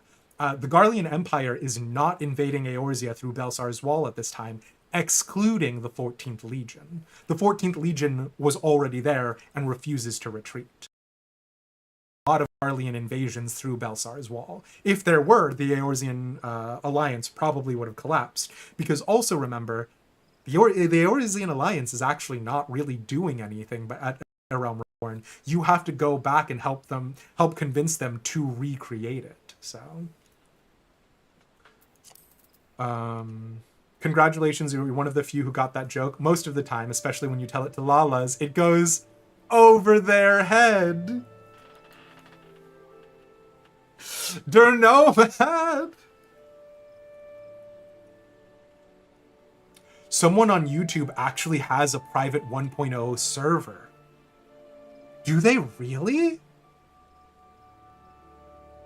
Oh, shit. Change the background lights to purple. Can do, Pixie. And I will fix my posture.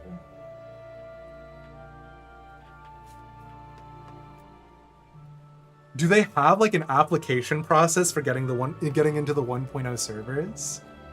That'd be awesome. Go back to when Ishgard didn't exist. Well, when Ishgard didn't exist, and there were different maps, right? So the eastern lowlands, the central lowlands, back when Mordona didn't exist and Silvertear Lake had a different sort of geography to it. But yeah.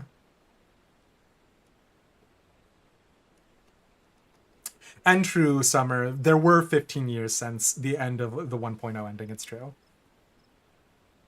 Seven Hells, you're new to Final Fantasy XIV, but a 1.0 server would be dope. From what I hear, 1.0 was a dumpster fire, Dernomad. The only reason why I want to go back is to talk to every NPC in Coerthas. But 100%, right? It'd be sweet to take a tour around for sure. You linked it in the FC Discord a while back. I can find it again and repost it. I saw the YouTube video you posted. Was there like a link to try and get into their server? Oh, that'd be crazy. Legends of Fun Bugs, yeah. Okay, sorry, we're back. To think that's a mere mention of Chigo's good think, as a creeping death casts a long shadow over these lands. You've brought medicine? What luck! We must administer it right away. Straight away.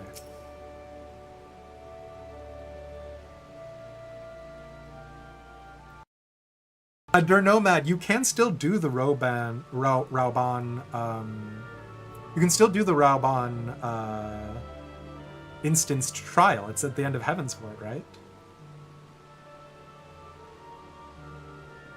You can't get into their server, but you can watch their journey in 1.0.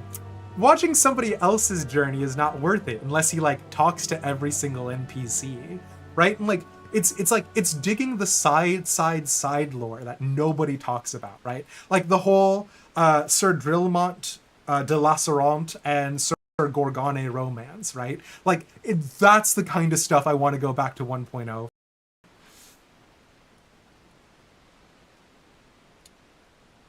It's not extreme, Dernomad, but you do get Rauban. I didn't realize Rauban Extreme was real. Yeah. Okay. Thank you for culling the Chigos. Alas, our patient's condition has yet to improve, and it is all that we can do to keep him from succumbing to the poison. Creeping Death Remedy. A medicine made from the Glimshroom which cures the creeping death. Oh, the instance servers couldn't take the load, which is why they made that joke. I see. Okay.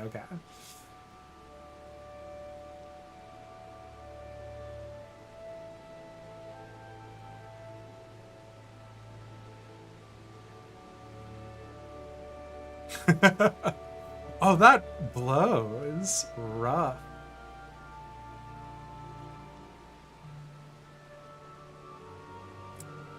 I know this medicine. It was once used to treat the creeping death. Given his symptoms, it may well prove effective here. Bloop. None of those words were correct, but you get it. It works upon the body quite quickly, as I recall. I... Hold on just a while longer, my friend. The medicine will soon relieve your pain. I don't. It hurts. It hurts. Ugh. Why would the blasphemy's version of the creeping death work the same way as the actual disease? Literally, what are you talking about? Why? Why? The man's shrieks die in his throat as his body is racked by violent convulsions. He then falls still and quiet, as if his breath was snatched from his chest.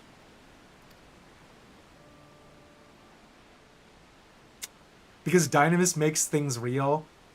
Suck on my Dynamis-based disdain for Dynamis. I hate that shit.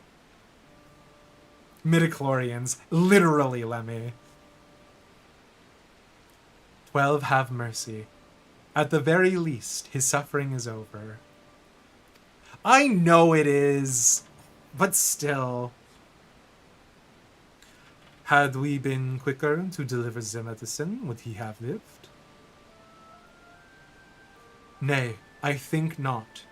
He was doomed from the moment the poison entered his blood, as will be others if we do not soon gain an understanding of our foe. Let this tragedy not be in vain, but serve as a lesson. Though the effects of Gleipnir's corruption resemble the creeping death, 'tis clear that the two share little else in common. The poison burns through the body more quickly than any disease. Too deadly is it to be borne by creatures so fragile as Chigos, or any others besides. Then that is one less possibility the people need fear. 'Tis a shame a life was lost, but this knowledge may help ensure that others are not. Spread word, but do so with delicacy.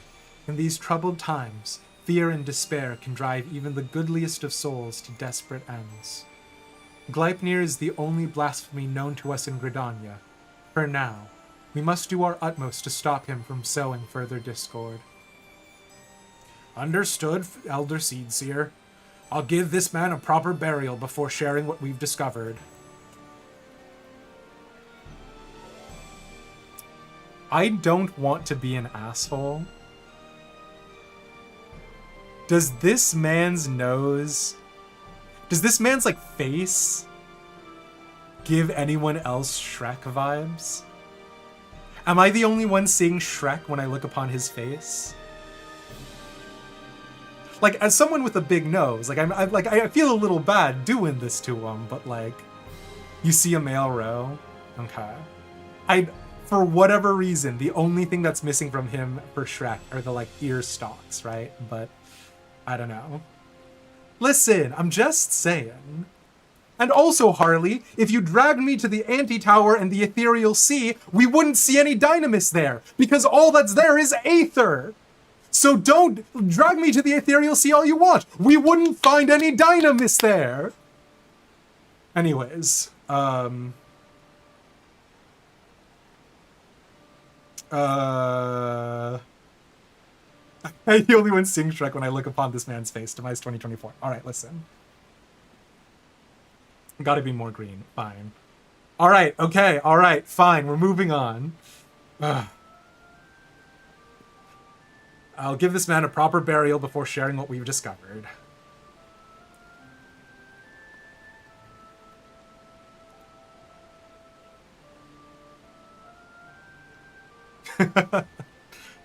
Sorry. No, this is a grim moment about this man's death. Sorry. I am really vibing with the Gridania Rolequests so far. Sorry. I will also say, Pixie, I did forget about YouTube chat for a little bit, so you got one over me. Ascertaining Gleipnir's whereabouts is still a primary concern. Let us return to the Adder's Nest, for information shall be our most reliable weapon in the days ahead, and there is no better place to acquire it.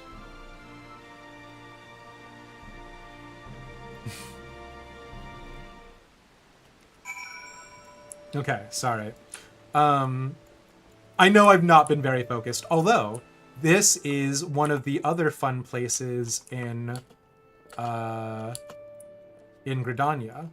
So, fun fact, the layout of this inn is very similar to the Holy Chocobo stables in Ishgard, as well as the general construct of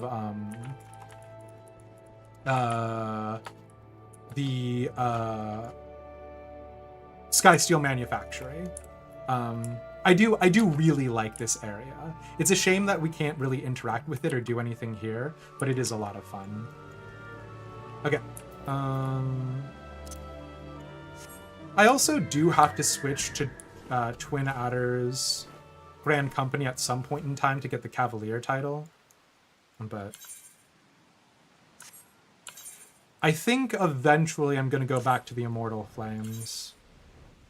Or maybe I stick with Maelstrom. I don't know. It's a tough call. I really like the Glams from Twin Adders.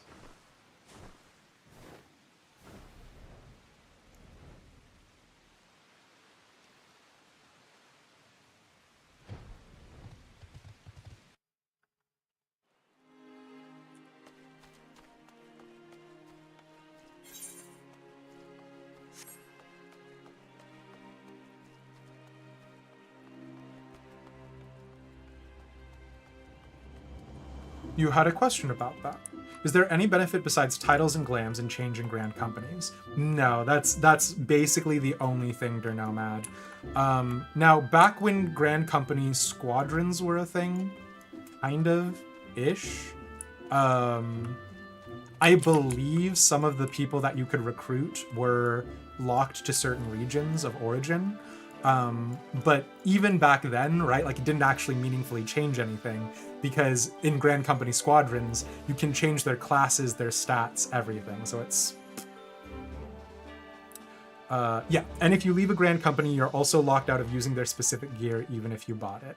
Yeah, so I bought a Flame Private Sword, and then I switched to Maelstrom, and I can no longer use the Flame Private Sword. The Grand Company, like the sword for the Twin Adders is really nice. Again, I can't pull it up because I'm not a part of the Twin Adders. Oh wait, no, okay, I can. Okay, sure. I don't think it's this one. Yeah, it's not this one, although already that's like way classier than some of the other swords. The Captain's Sword for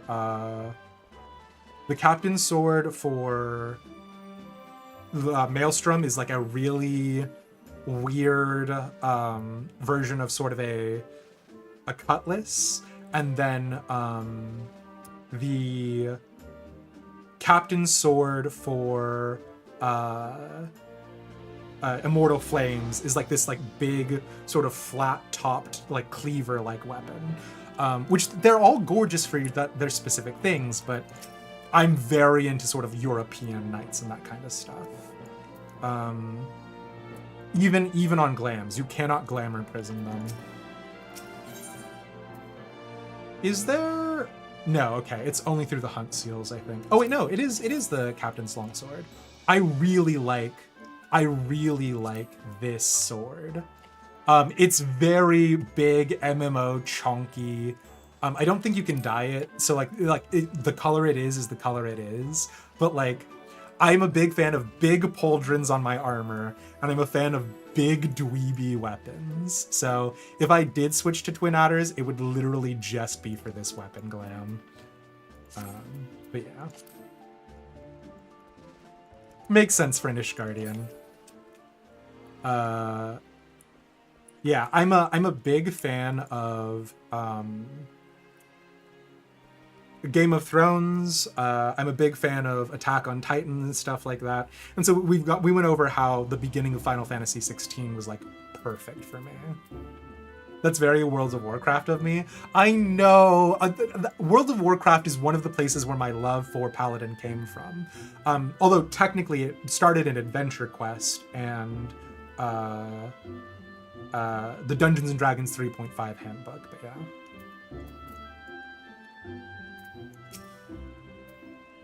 So yeah. Oops, sorry. Oh, Marin, I will check that out in a second because I'm locked into the dialogue. But I didn't one. I was looking at the Serpent's captains, but okay, I'll definitely double check. Gleipnir has been reported in various locales, though we are reviewing every report. We suspect most are erroneous. Fear has a way of making one jump at shadows. It will take some time before we have determined which reports merit a more involved investigation. Until then, I ask that you stay vigilant and keep your eyes peeled for any signs of the... just to trigger Harley. Oh, fuck me running. Oh, the Serpent Elite's longsword is so nice. It's just a recolor of the Serpent's captain's longsword. But that's so good. Oh no, I have to switch to Twin Adders. What saying? I've got a lot of weird ones. To give voice. The keeper is eager to resume the hunt.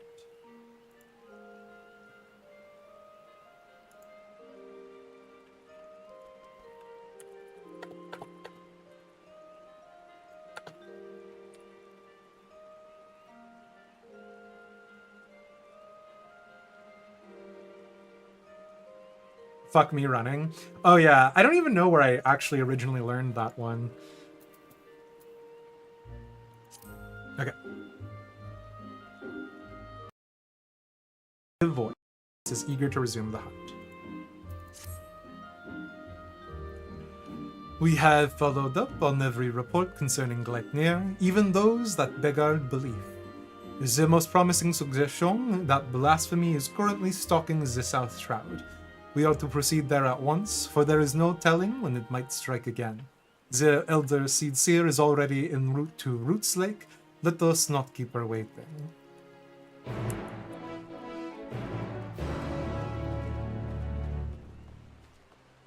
Again, if they just opened up the Temple Knights in Ishgard, I would join the Temple Knights. Make the Temple Knights Grand Company in Dawntrail. Squeenix? They won't. They're dead. Like, Grand Company content is dead, but...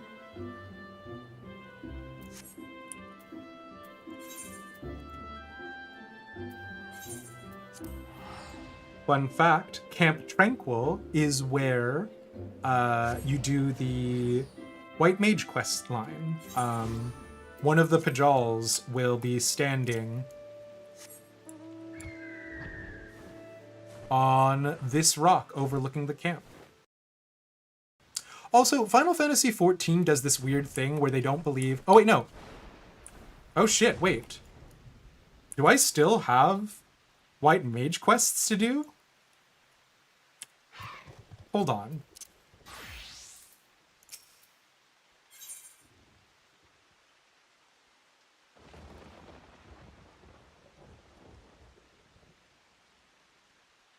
I haven't done the Heaven's Ward white mage quest stuff yet. Well, anyways, back to the role quests.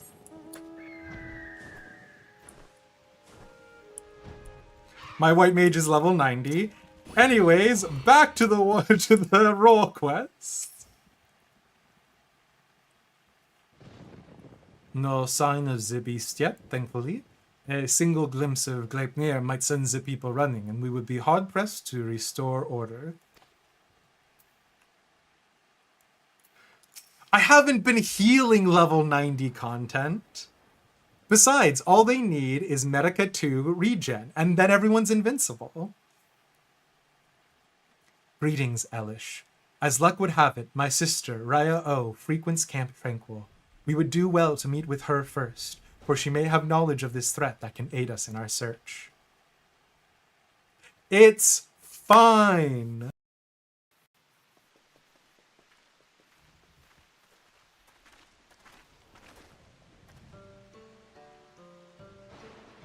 It has been too long, Raya O.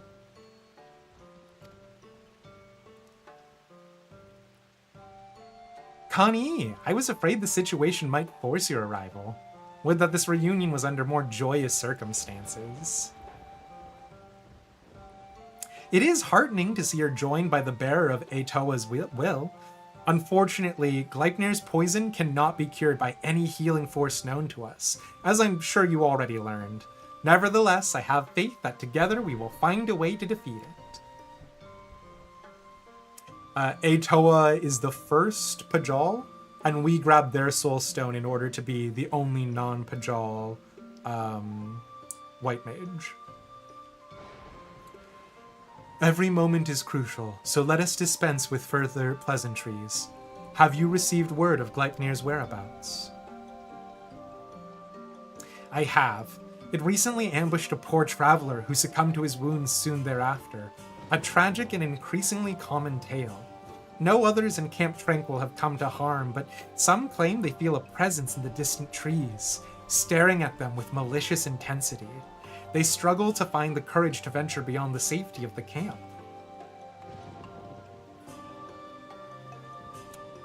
Oh, is the naming convention for Pajal based on a dialect in northern Japan? That's really interesting. Oh.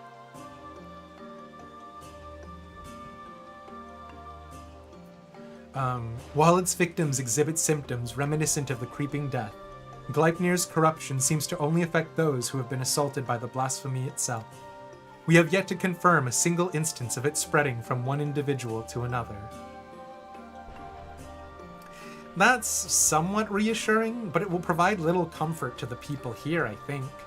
If Gleipnir comes, any defense we mount will come at great cost.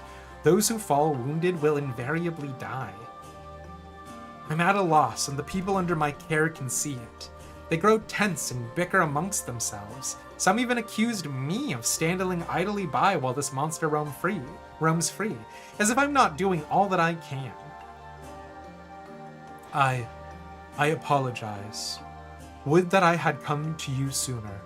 Would that there were more I could offer you.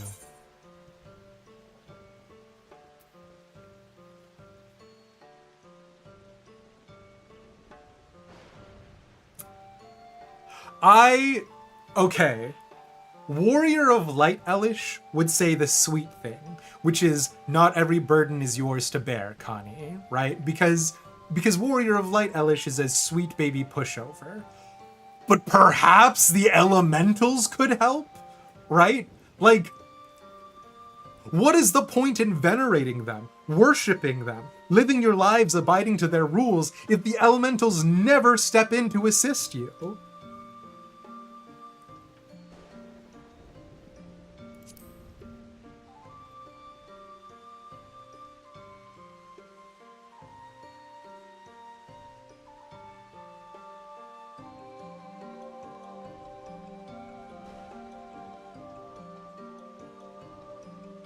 What?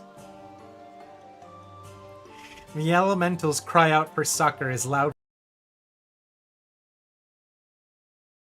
Leipnir poses a threat to all life in the Twelveswood, and as such we should face it as one, except for the Mikote and the Hjors, and the Rava and the other Vieras, and basically anyone who's not an elf.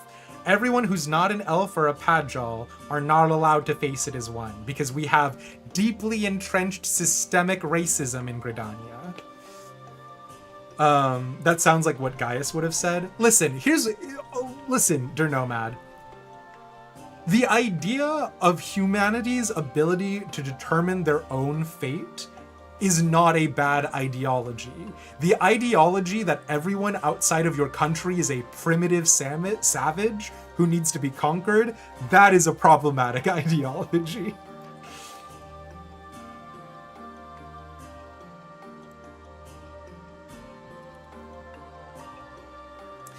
Their strength has waned since the calamity, and I am reluctant to impose upon them.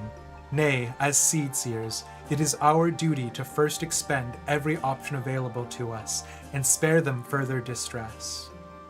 Once we have laid low the blasphemy, the elementals will be at peace.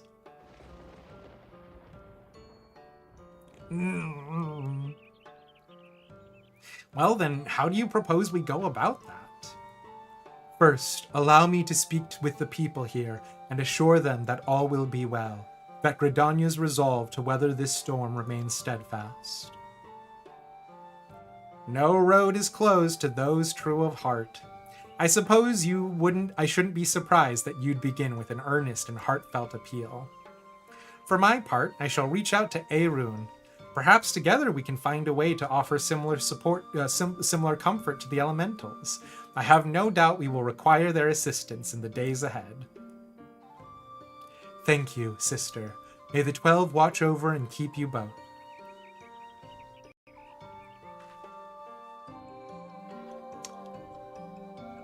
Like, I don't know, Chief.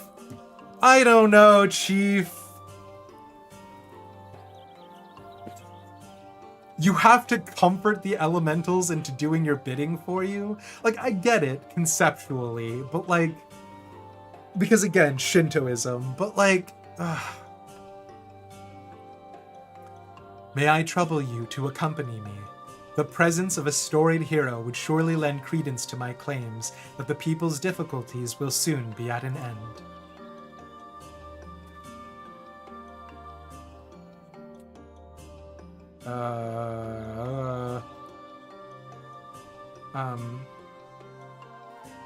Oh my god, my brain just turned off. While you attend to that, I shall gather what information I can from the wood whalers stationed here. Pray look for me at the camp proper when you have finished. I mean, like, we know that the elementals are of limited scope, right? But, like, the point is that their limited scope is the Twelveswood. Inside of the Twelveswood, they are supposed to be all-powerful. Now, you know, if we're letting Harley's bullshit about Dynamis, you just realized Connie is a Pajal? Yeah, she's got the horns. The elementals look like Scooby-Doo fruit gummies. No, Marin. The thing is that the elementals are very scary, right? The elementals can cause earthquakes, thunderstorms, wildfires. The elementals can cause ravines to open up in the Twelveswood. Inside of the Twelveswood, the elementals are incredibly powerful. And the bullshit excuse that you can give them for Endwalker is that the blasphemies are made of dynamis, and so the elementals don't know how to deal with them as aether-based creatures. But like, we killed the blasphemies using aether. So yeah. Marin, why are you beating me up?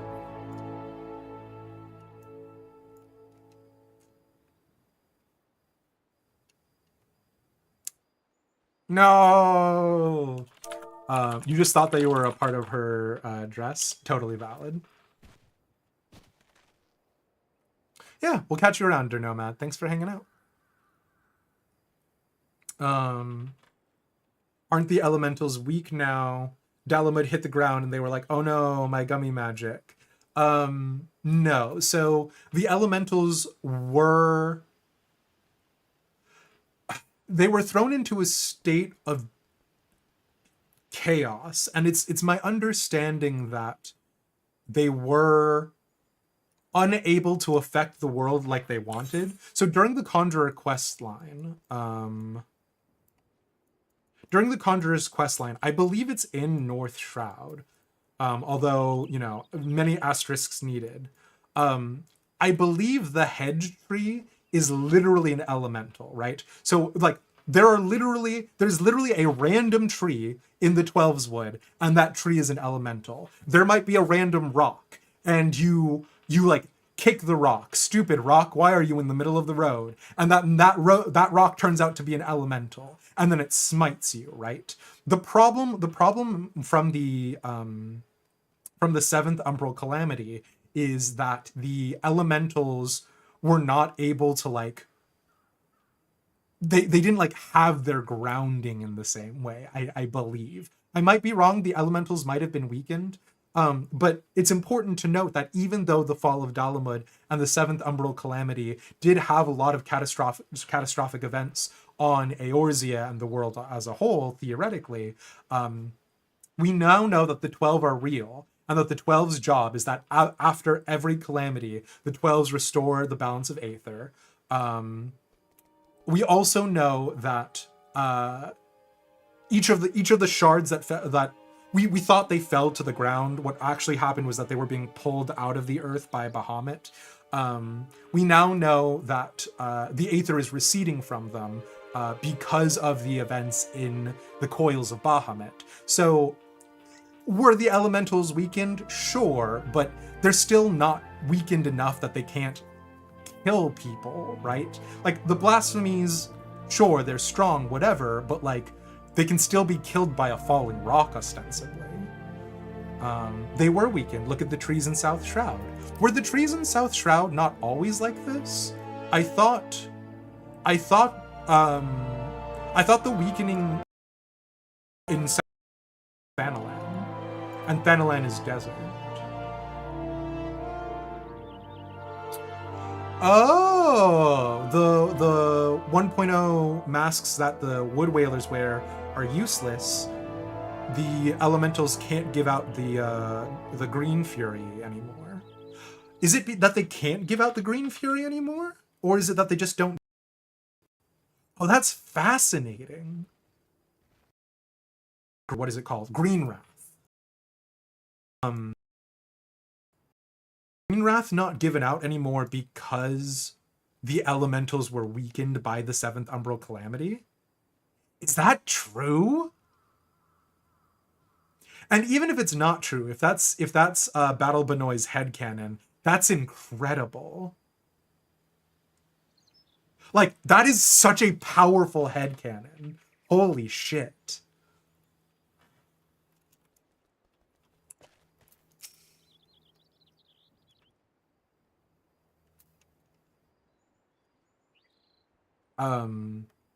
If we are to convince the people that they need not live in fear of Gleipnir, then my words alone may be insufficient. I do not comport myself as an imposing figure, blessed with martial prowess, to say the least. It's either canon or you misread. Let me look it up. There's like very little explicitly written about the Green Wrath the last time that I looked into it. But there might either be new stuff, or you might have just found something I completely missed, Battle Benoit. If you did, yeah, let me know. I do need to correct my posture. And unfortunately, I don't have any water with me, Pixie. Which will make Demised After Dark a real problem, but yeah. I don't audience on YouTube, Pixie, but I appreciate you saying so. The problem with the YouTube stuff is that if people pop into the YouTube stream but then leave, YouTube is likely to recommend the live stream to other people. So, you know, get water. Ugh. But I need to finish the tank roll quest, he says, as though he's actually going to do that in the next 20 minutes. Wow, I've really been faffing about today, huh? Listen, in my defense, literally no chance. Yeah, we're not going to be able to do it. In my defense,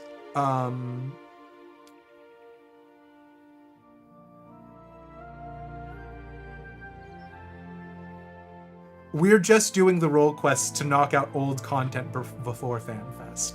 God, can you tell that I had to really work to come up with something to say in my defense there? So yeah. Prior to 2.0, angering them invoked the Green Wrath, which varied from having Trietans ripping you apart to elementals physically manifest and melt you in a green hazy cloud. This is supposedly the reason Gridanians wear masks, so that if they do invoke the Green Wrath, the elementals won't be able to recognize who done it. Wait, this sounds like a secondary source. This sounds like something that's on the Final Fantasy XIV Lodestone forums. What is that from, Battle Benoy?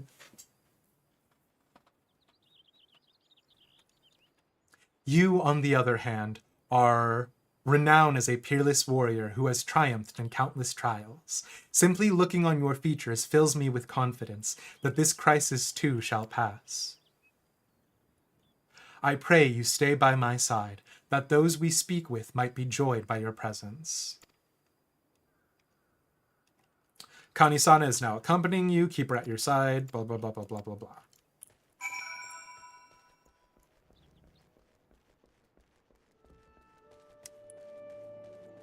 No, so I know Green Wrath is a thing, but the thing that Battle Benoy is saying about how in 2.0, or after A Realm Reborn, the elementals have been weakened so much that they can no longer invoke Green Wrath. I don't know if that's true or not. Yeah, I do know that the masks protect them against Green Wrath. But I don't know if the 7th Umbral Calamity was so powerful that it stopped people from being able to do it. I'll do some self-care between now and Demised After Dark, I promise. Battle Benoy, do not stress it. The only reason why I'm like this is because when I do lore, I want to pull it from the game directly. And so the only sources about Green Wrath are 1.0 quotes, right? For the most part. I'm very curious, yeah, if people can find A Realm Reborn stuff about Green Wrath and about it being affected by the Calamity. I would love to, yeah.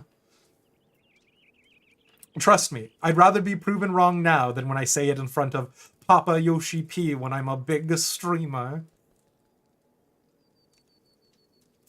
Seed Seers are sitting pretty with their guards and finery. What do they care if a beast is running amok? They'll be fine. That's why they're doing nothing while it hunts us. We'd be fools to trust our lives to those who don't care a whit. Aye, past time we went south.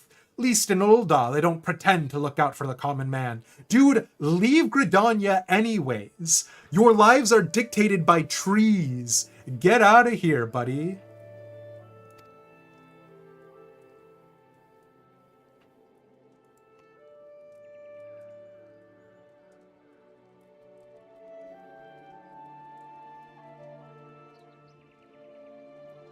Are no longer at risk of occurring wood sin. Really? Does the wiki quote like which NPC or which quest said that? Because there's some stuff on the wiki which is just absolutely untrue. Not to pull an actually.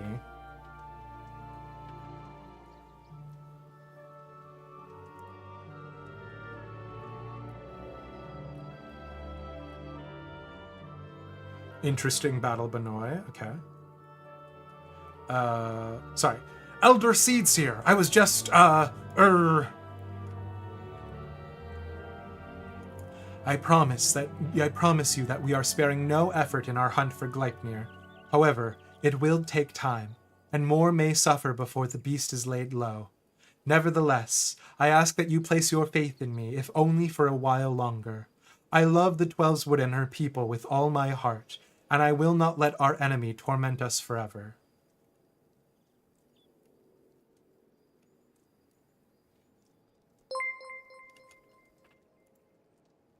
And Stan Strive, thank you so much for re-upping your sub with us. Holy moly. 10 whole months. Dang, is that how long I've known you? Oof. Feels like it's been either shorter or longer than that, and I'm not sure. It's good to see you, my friend. And Woodson. Severely weakened the elementals. Now almost entirely withdrawn. The elementals seemingly can no longer enforce their law in the Twelveswood, leaving poachers and brigands to move boldly about operating in the forest?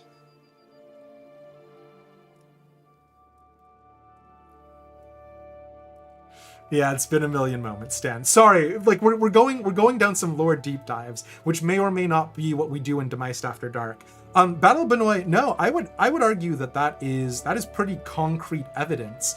But that's bizarre because the Conjurer questline in A Realm Reborn literally contradicts that by saying that the elementals are in the process of like destroying the world. Yeah, and poachers still wear masks. Wood whalers still wear masks. Like, the level 30 Conjury questline is literally about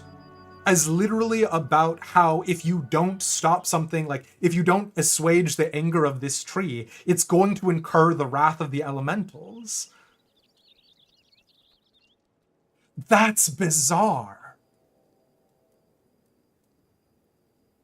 That's so weird. Because here's the thing. If the elementals cannot act, if the elementals have been severely reduced in power and basically taken out as a factor, then yes, I absolutely agree with everyone who's like, Gridania is a fuck. Like, destroy the Seed Seers and destroy Gridania, right? Like, the entire motivation I have had for being like, okay, you can like kind of understand their perspective, is that the elementals are still able to do this, right? Because like the whole thing with Gelmora and the whole thing with the Duskwhite Elezen and the Wildwood Elezen is 100% the Wildwood Elezen are the Elezen who took up the elementals on their offer to go above ground and live peacefully with them, whereas the Duskwhite Elezen were like, no, I'm not gonna do it, bestie. And then later, when the Duskwhite Elezen leave, the elementals get all pissed about it, and they're like, fuck you guys, we hate you. And the Wildwood Elezen had to be like, no, please, be nice to our Gelmoran friends. Not to ignore a bunch of other just really poorly aged lore about Gelmora. But yeah, like it's just bizarre. Yeah, I know. We're gonna finish this section at least. So let's say they're weak but healing, but that doesn't explain the level 30 Conjurer quest. Oh, should we piss them off now and regret it later? But like, I don't know. If they haven't recovered over 15 years when the rest of the world has recovered, you know what I mean? But yeah. Glad the one time you actually sat down and read through the wiki, you learned something worthwhile. I'm conflicted. 5 years. Time doesn't move in Final Fantasy XIV. Fair enough. 5 years, but still. You could say the elementals are bluffing to get their way, but like... Oh man, That's bizarre. Maybe. We got to do a deep dive on the elementals sometime. That's the other reason why I've made some of my alts, is to go back and potentially do formatted video content for YouTube. And so like doing a deep dive on the elementals and what they can or cannot do is that would be pretty nice for me. But that's besides the point. Okay, we're focusing back up. Clari's right. I understand. Man's gotta give voice to his worries from time to time, aye? Nothing I want less than to abandon my home. I'll stick around. For now. Yeah, the inflamed man was venting. You get it. Sorry about earlier. I've been strung tighter than a longbow lately. I really do appreciate the Seed Seers and all they've done for us, and I pray they can deliver us from this evil.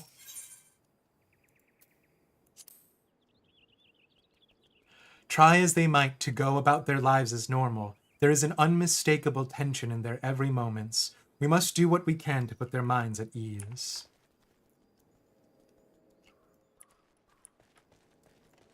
Elemental deep dive for Dad.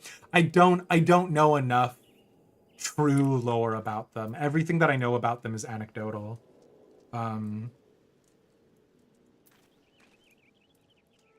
question some of what we blame the elementals for after the leatherworking quests. So I've only gotten up to somewhere in the Heavens Ward leatherworking quests. Do you mind expanding on that, JR?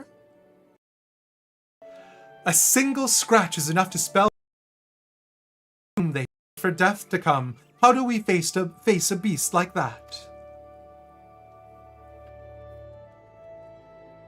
Do not give in to despair, my friend. Know that I shall do all in my power to see us through this crisis. Hold fast to hope and encourage to do this work. Try, Elder Seedseer, I'll try. I know you've placed yourself at risk leaving the safety of the city and coming here, and that means a lot to me and mine. I'll stay close to the Whalers and pray news of your triumph reaches us soon. Thank you. I promise you that it will not be long.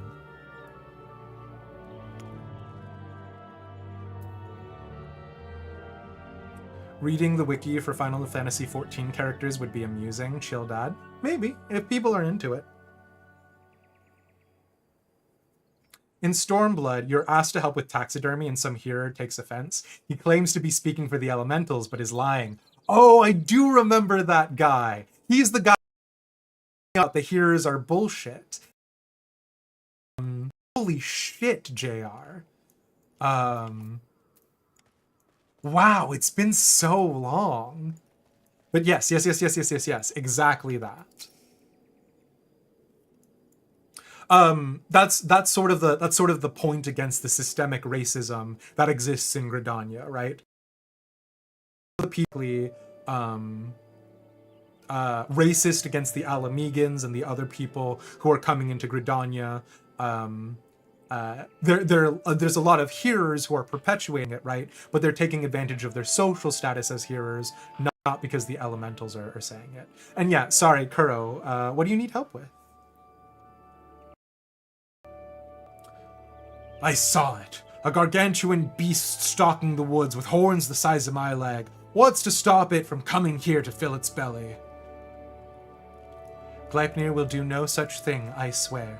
I shall see to it personally that the blasphemy does not come within a mom of this village. Keep heart, for brighter days lie ahead of us. Truly, Elder Seedseer. Perhaps I've let my imagination get the better of me. You are a beacon in these dark times. I pray you restore the peace soon. I shall. You can be certain.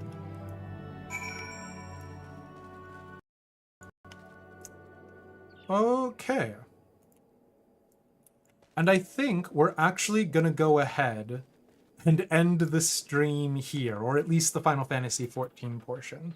I know I personally want to do more Final Fantasy XIV as well, generally speaking, all the time. But I got it so that way we can get ready for Demeist After Dark. You know the drill. You need to name a fortress. Any suggestions? If you're doing a historical one, Montségur, that is the castle of the Cathars from French from